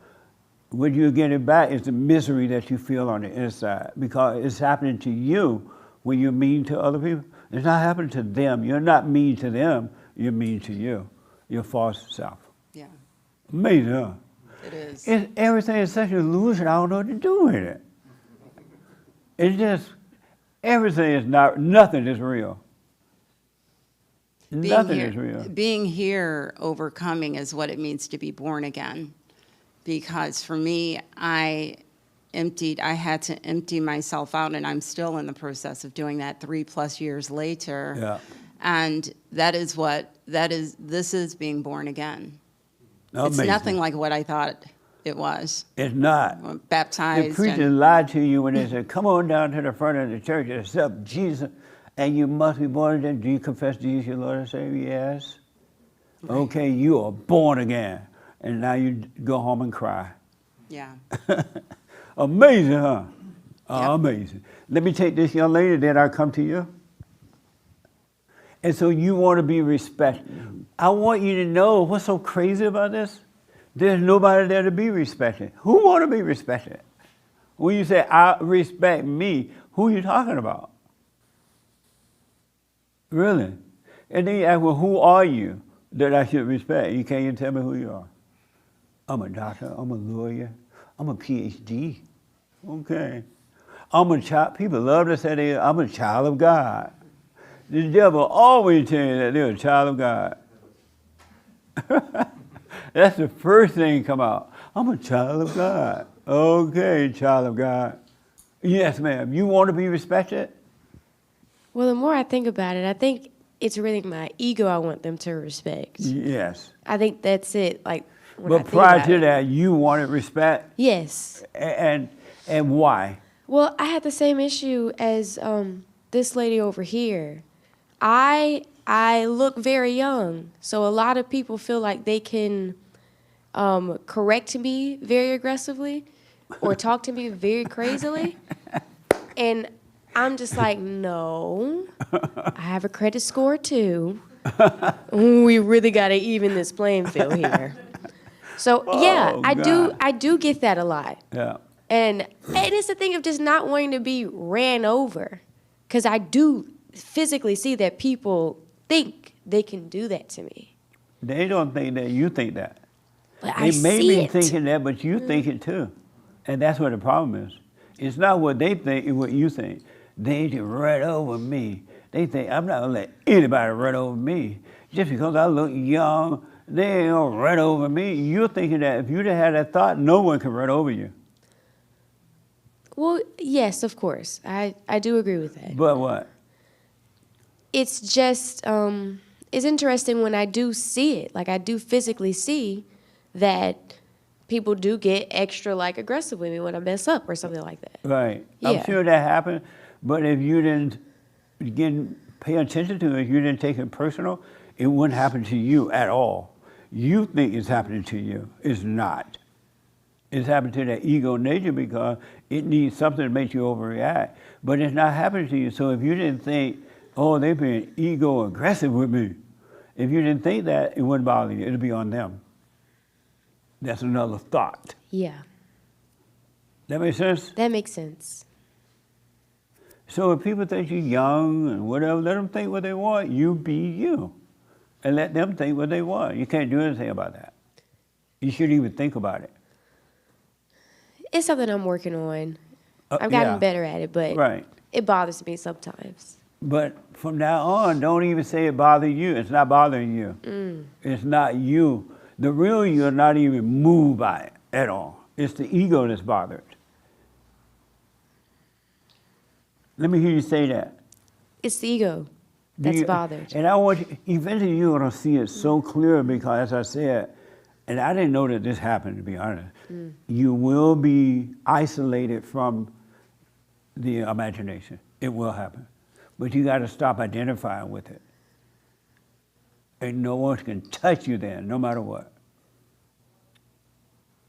That make sense? That makes sense. So stop calling these things you and let it happen, meaning as long as they're not touching you physically, let whatever happened to the ego happen, feel it, stay with it, watch it, but don't call it you.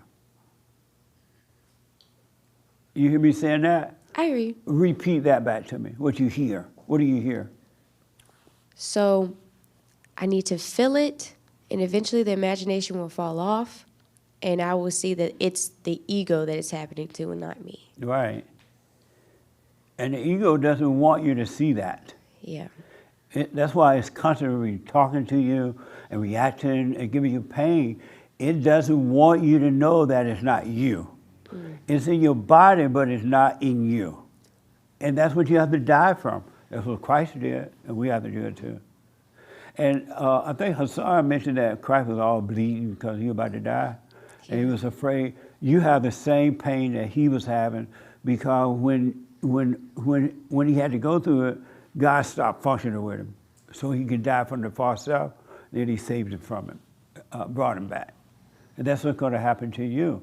You got to die from it. Alone. Meaning, in the spirit, no one can go along this journey with you. But you got to stop. You're getting so many opportunities and you're passing them up instead of dying and become free. They disrespected me. I'm Miss Southern Belle. You don't mess with Miss Southern Belle, but let that happen. Do you understand this? Let whatever happened to you that way happen. It's not happening to you. It's not happening to you. It's happening to the far south. And it needs to happen so you can see what's in you, so you can die from it. And you will die from it. But you got to let it happen. Is that clear? I don't know how to make that clearer. It's not you, but you don't know it's not you. You think it's happening to you because that's what the thoughts, the imagination is telling you. And the thoughts are not your own. And then no more train wrecks will happen. You will find yourself wanting to be running the road, the streets a little less. You will be able to live alone, and you will be yourself. You won't be a facade. You will be real. And no matter who you're around, you will be you, and they'll be all sophisticated. And they'll be all acting all kind of way. You won't have to act that way. You wouldn't even want to act that way because it wouldn't be you. You would no longer be a showcase personality, have a showcase personality. And it is fun being yourself.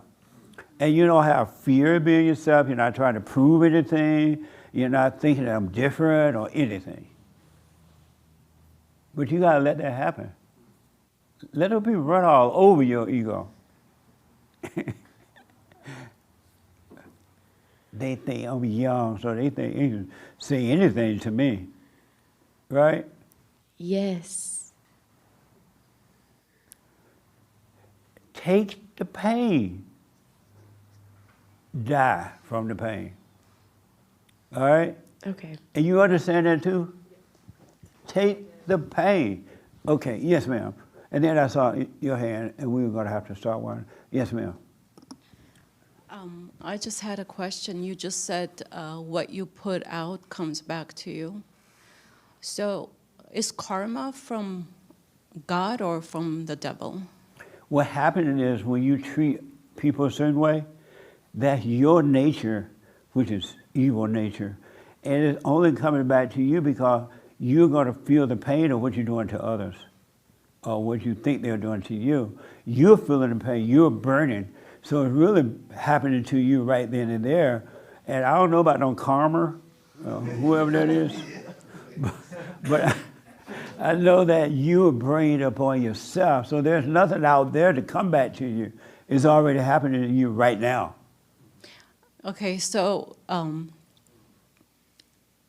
you know, before the microphone came to me, I was being attacked. And I'm like, my heart's beating fast. Like, my thoughts are like, don't talk about it. Don't, you know, just let it go. But yeah. I'm going to talk about it. Yeah. Karma meaning whenever in my life, when I said, judged somebody and, oh, I would never do that. And 20 years later, I ended up doing the same thing. Or if somebody in their family situation, they had a situation and, oh my, how can that happen? We would never let that happen. And it happened. The same situation is with my family now. So, right. And from those situations, I learned good lessons, like never talk big or never let yourself, you know, like if I say, oh, I'll never do that. Never say never. I learned that. Yeah, when you say never, you're lying. You set yourself up to do it. You say, I would never become a drug addict. No, I'm talking about I'm just saying, that one situation. You would say, I would never judge. And the moment you say, I'm never going to judge like that, you start judging. Because you're lying. We're not in control of anything. So when those things come back to you, that's just you putting those it's in things you already. And when you're doing it to others, you're really doing it to you. You feel the burn of what you're trying to do to somebody else. So it's coming back on you right then and there because you're feeling the thrill from it. It's not coming from karma or whatever that is. It's not out there. It's inside of you. You feel the pain of what you're doing. Okay. Pay attention, you see. I used to think it was out there somewhere too, and somebody doing it to me because I did it to them. No. When I would judge others, I would feel the burn of judging, and now I'm judging myself for judging others, or the fake self. I feel what I do to others. And you think it's out there somewhere, but it's all happening inside of you. Okay. So I was judging them, and now I'm judging. Yeah. When you were saying, well, I would never be like that family. I would never do what they're doing. Mm-hmm. The reason you're saying that because you're judging them already. I would never be that way, and you're becoming that way. Because you have an opinion, you have a judgment on them already. Yes, I did. You think they're wrong. Oh, you think they're wrong, so you're going to do right. You've already judged them. Because we don't know what right or wrong is. Human beings do not know what's right nor wrong. But they think they do, and every human being think that their thoughts are the only thoughts that exist. And if you don't go with how they see it, then they attack you. Yes. Okay. So the opinion you had on those people were really in you already. Yes, because you know, I see siblings not talking to each other, and I never thought that would happen to me. Like, how can, you know? But if you had seen that and understood them, it would never happen to you because you would have understanding. Okay. So that just comes from And that's why you can't know God as long as you have an opinion about God. As long as you have an idea about God. As long as you think about God, you will never know him. It's just a thought. What a mess, Okay. huh? Big time. Yes, sir. You said that you want people to be nice to you? Or, I mean, not disrespect you? Did I see your hand for that? Yeah, that's correct. And why don't you want people to respect? Why do you want people to respect you? I don't think that I expect people to respect me, but I do think that the world would be a better functioning society if people were to show respect towards each other. No? Well, then I'm completely It would wrong. be all phony. Okay. The world would be better if we had love. Real love. We had pure hearts. The world would be perfect on earth. Because respect is phony. And wanting it is phony. If there's no you, who is there to respect? Who are we going to respect? I guess nobody, but it's the same person that you're showing love or the same thing that you were mentioning. But you're not showing anybody love.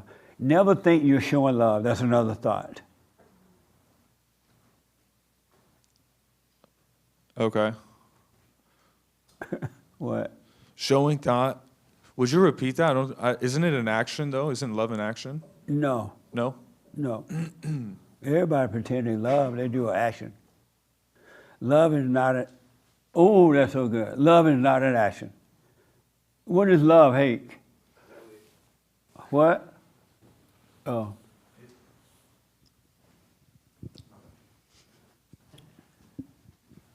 What is love? Wow. Huh? Yes, what is love? It's a right spirit. Like, yeah. Okay. That didn't help. He still don't know. That was very nice, Hake. It didn't help, but it was nice. What is love? Yeah. I don't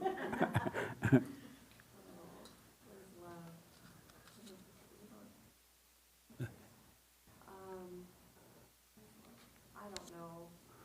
I think it's when it's God, like, because we're not. Hello? Okay. Yeah. I think when we're no longer in the equation is when love is. So, like, God is love, and if we just like are not in the way, I think it comes through. So I don't know, I guess, what love is, because it's not from me. Like, it's not in me to love naturally. Okay. So I'm not going to try to love, because I think that's what the opposite of loving. You want people to respect you? I can tell you want people to respect you. No. See? I don't. Well, can't you just see it all over her? Respect me or else. Really? No, I don't think so. You don't want people to respect you? I don't care. Like, Does she want people to respect her? I think she has. Yeah. I don't know. Don't be afraid. To me, that's such a black thing. Like, people like, I need respect. Like, what? Uh-huh. Not necessarily for her, because she's only half black. If I can just if I can thump real quick, the Bible says God is no respecter of persons. So why would we respect anyone? That's right. Because everyone's equal. Don't you get for getting with a black woman. You got to respect this black woman. No, she's not that bad. I'm a black woman. You better respect me. No. They're in the respect in that way, no. But I think she deals with. I can't hear you. Oh, sorry, you can keep talking.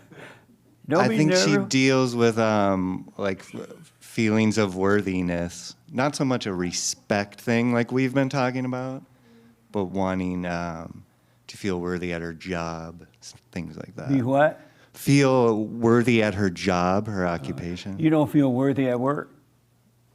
It's not. Sorry.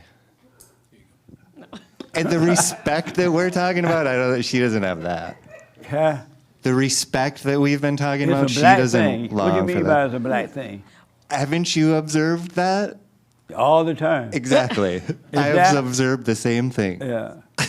So you're a black woman. You want to be respected. No, because my parents were so, like, my family is so about respect. Respect your parents, respect. So it got drilled into me so much. I think I swing the opposite. Let it go. Where I'm like, I don't need to be respected.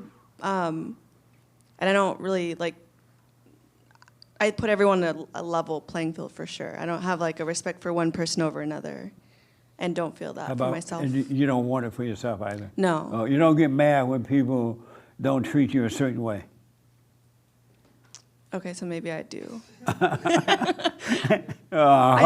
think it's a black thing. I don't feel like as aggressive about it. Like, I don't. But you get mad.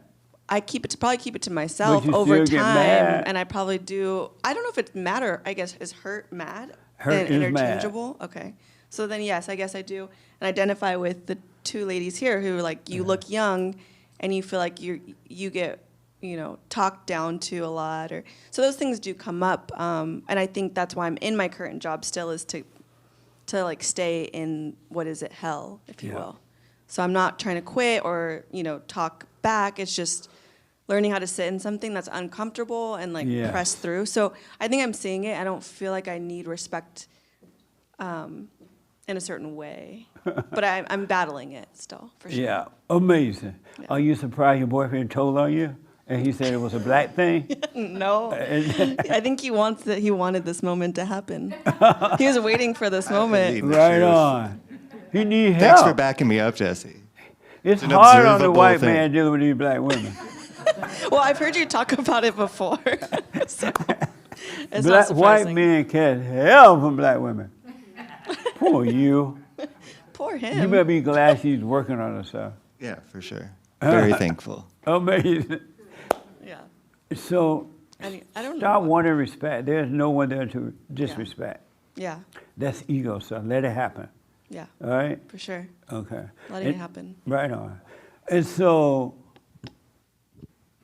what is love? Real fast, and I've got to end. And then I know you had a quick question or comment. What is love? A state of being. Amazing. Love is a state of being. And you don't even think about love. The word love is just the word love. And nobody loves you when they say they love you. It's just a word. It's a state of being. And when you're in that state, believe me, you're never going to think about, I love this person. You're going to treat everybody the same, in the same way God treats you, without even thinking about it. That makes sense? Yeah. I'm sorry? Yeah. Yeah.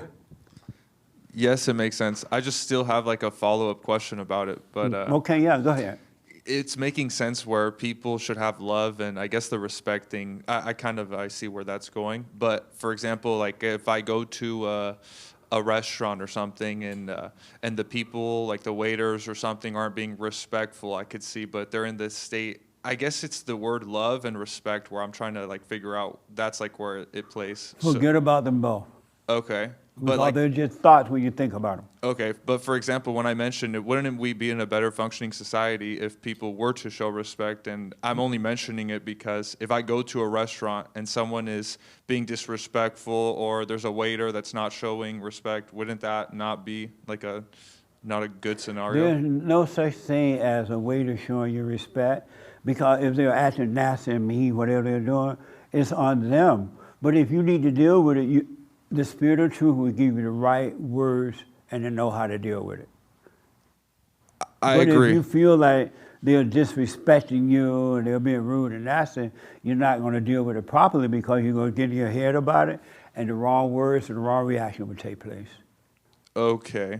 I kind of see what you're saying. So if I was in that scenario, which I don't let it get to me, like I won't let their disrespect get to me, but back to my question, wouldn't we be in a better functioning society if people were to be respectful towards each other? I mean, I wouldn't let it get towards me. If we had love. Oh, see, it's the love is the word I'm getting. It's the heart that needs to change. The heart needs to be of love, and then paradise would be on heaven, on earth through human beings, because they would not be of evil, it would be of good, and it would be natural. That makes sense. Yeah. Amazing. Last word, you had a quick, and I'm out of time, and then we'll take one. Yes, sir. Quick question. So we were talking about the false self earlier and how you get isolated from it. So my question is, as long as you could see it, is it still controlling you? If you're not reacting to it at all, if you're not going off on someone, or you're not judging in your head, even though the voice may be judging, but don't call it you. If you're doing nothing about it, it will disappear. And is it controlling you though? Even as long as you can see? Oh, it's not. If you see it and you have no room at all, meaning you don't respond to it with words or action or anything, you just see it, then it's not controlling you. You're being set apart from it. By seeing it, you're separated from it. But when you react to it, you're one with it, whether it's through thoughts or action. Okay. But when you just see it, y'all understand that? When you see it without any response at all, you're separated from it. But if you respond with words or thought, meaning you, oh, look at that SOS or whatever, right? Yeah. But if you just don't respond at all, you're separated from it. So no reaction is the goal. Right. Okay. No reaction, and I don't care how painful it is. Yes. No reaction. So stop reacting with words or action. It's not happening to you, and you will see that it's not. You're going to see that, wow, I thought it was happening to me, and it wasn't. The light will show you that. And then you want more and more and more. It's not happening to you. There is no you for anything to happen to. There's no you for anything to happen to. It's a farce here. Okay, that makes perfect sense. Thank you. So don't react with words or anything. Don't get mad at the waiter when they're nasty. But if something needs to be said, you'll see what to say. It'll be with perfect love, too, without you thinking about love. It's a state of being. You don't need to think about love. You think God walks around every day, oh, I love them? Look at those idiot old earth, I love them. But anyway, did this help a little bit? Yeah. It's about all these thoughts. You got all these thoughts of lying. All these thoughts are not real. Stop responding and reacting. Die from it. Die from it by being aware of it. And don't let the devil make you think just because you're aware of it, don't let him say, well, you're reacting because you are aware. No, you are separated. He wants you to react so he can stay alive in you. All right? It's not happening to you. Since you've been on earth, nothing bad has ever happened to you at all. You were traumatized as a kid, and that's why you think things are happening. It's not. I promise you it's not. I promise you, and I'm black and slow. Y'all have degrees, PhDs, and all that. It's not happening to you. Why don't you give it a try and just, this time I'm gonna surrender. I'm gonna walk in this fear. I'm gonna live with it. I'm gonna sleep with it. I'm gonna be with it. I'm gonna stay with it. And whatever happens, happens. I'm not gonna do anything. Just because the man threw the money on the floor, I'm not gonna pick it up and throw it back at him. What a mess, Alec. But I understand, that's not you, though. Don't do it. All right? Brand new biblical question. What is Hake? This is a So the only reason you have the train wrecks in your life because you're consulting with thoughts. They tell you, I'm poor. Now you're going to judge yourself. Now you're going to go and try to get food. Or make a whole lot of money to make yourself rich. And then when you get rich, you're going to still be unhappy. I need a bigger house. You can run and get the bigger house, and now you're still unhappy. It's stuck with bills. One train wreck. I need to marry again. And you get married again, and then you can make another baby, and it's a mess. Because you consulted one train wreck after another, because you're listening to thoughts. Yes? New biblical question. Are you affected by words? If so, why? If not, why not? That's the new biblical question. Are you affected by words? If so, why? If not, why not? Amazing, huh? We're having the men's forum this Thursday. This is the last Thursday of the year. It's going to be amazing. Something good is about to happen. And the ladies, one more for this year too, right? Right, Hake? I think so. Yeah. And so get ready for the men's forum this Thursday night. Happy belated Thanksgiving. Listen, I hope you all understood today a little bit more. It's just thoughts. It's just feelings. It's not you. Stop thinking of yourself in any way at all. Once you disappear, the false you, the real you will appear. I promise you that. The real you, when you stop thinking about you, this false self, the real you will come forward because the false self will disappear. It ain't nothing like what you can imagine. All right? All right. We'll do the super chats tomorrow, and the office open tomorrow. Bye. Thank y'all. So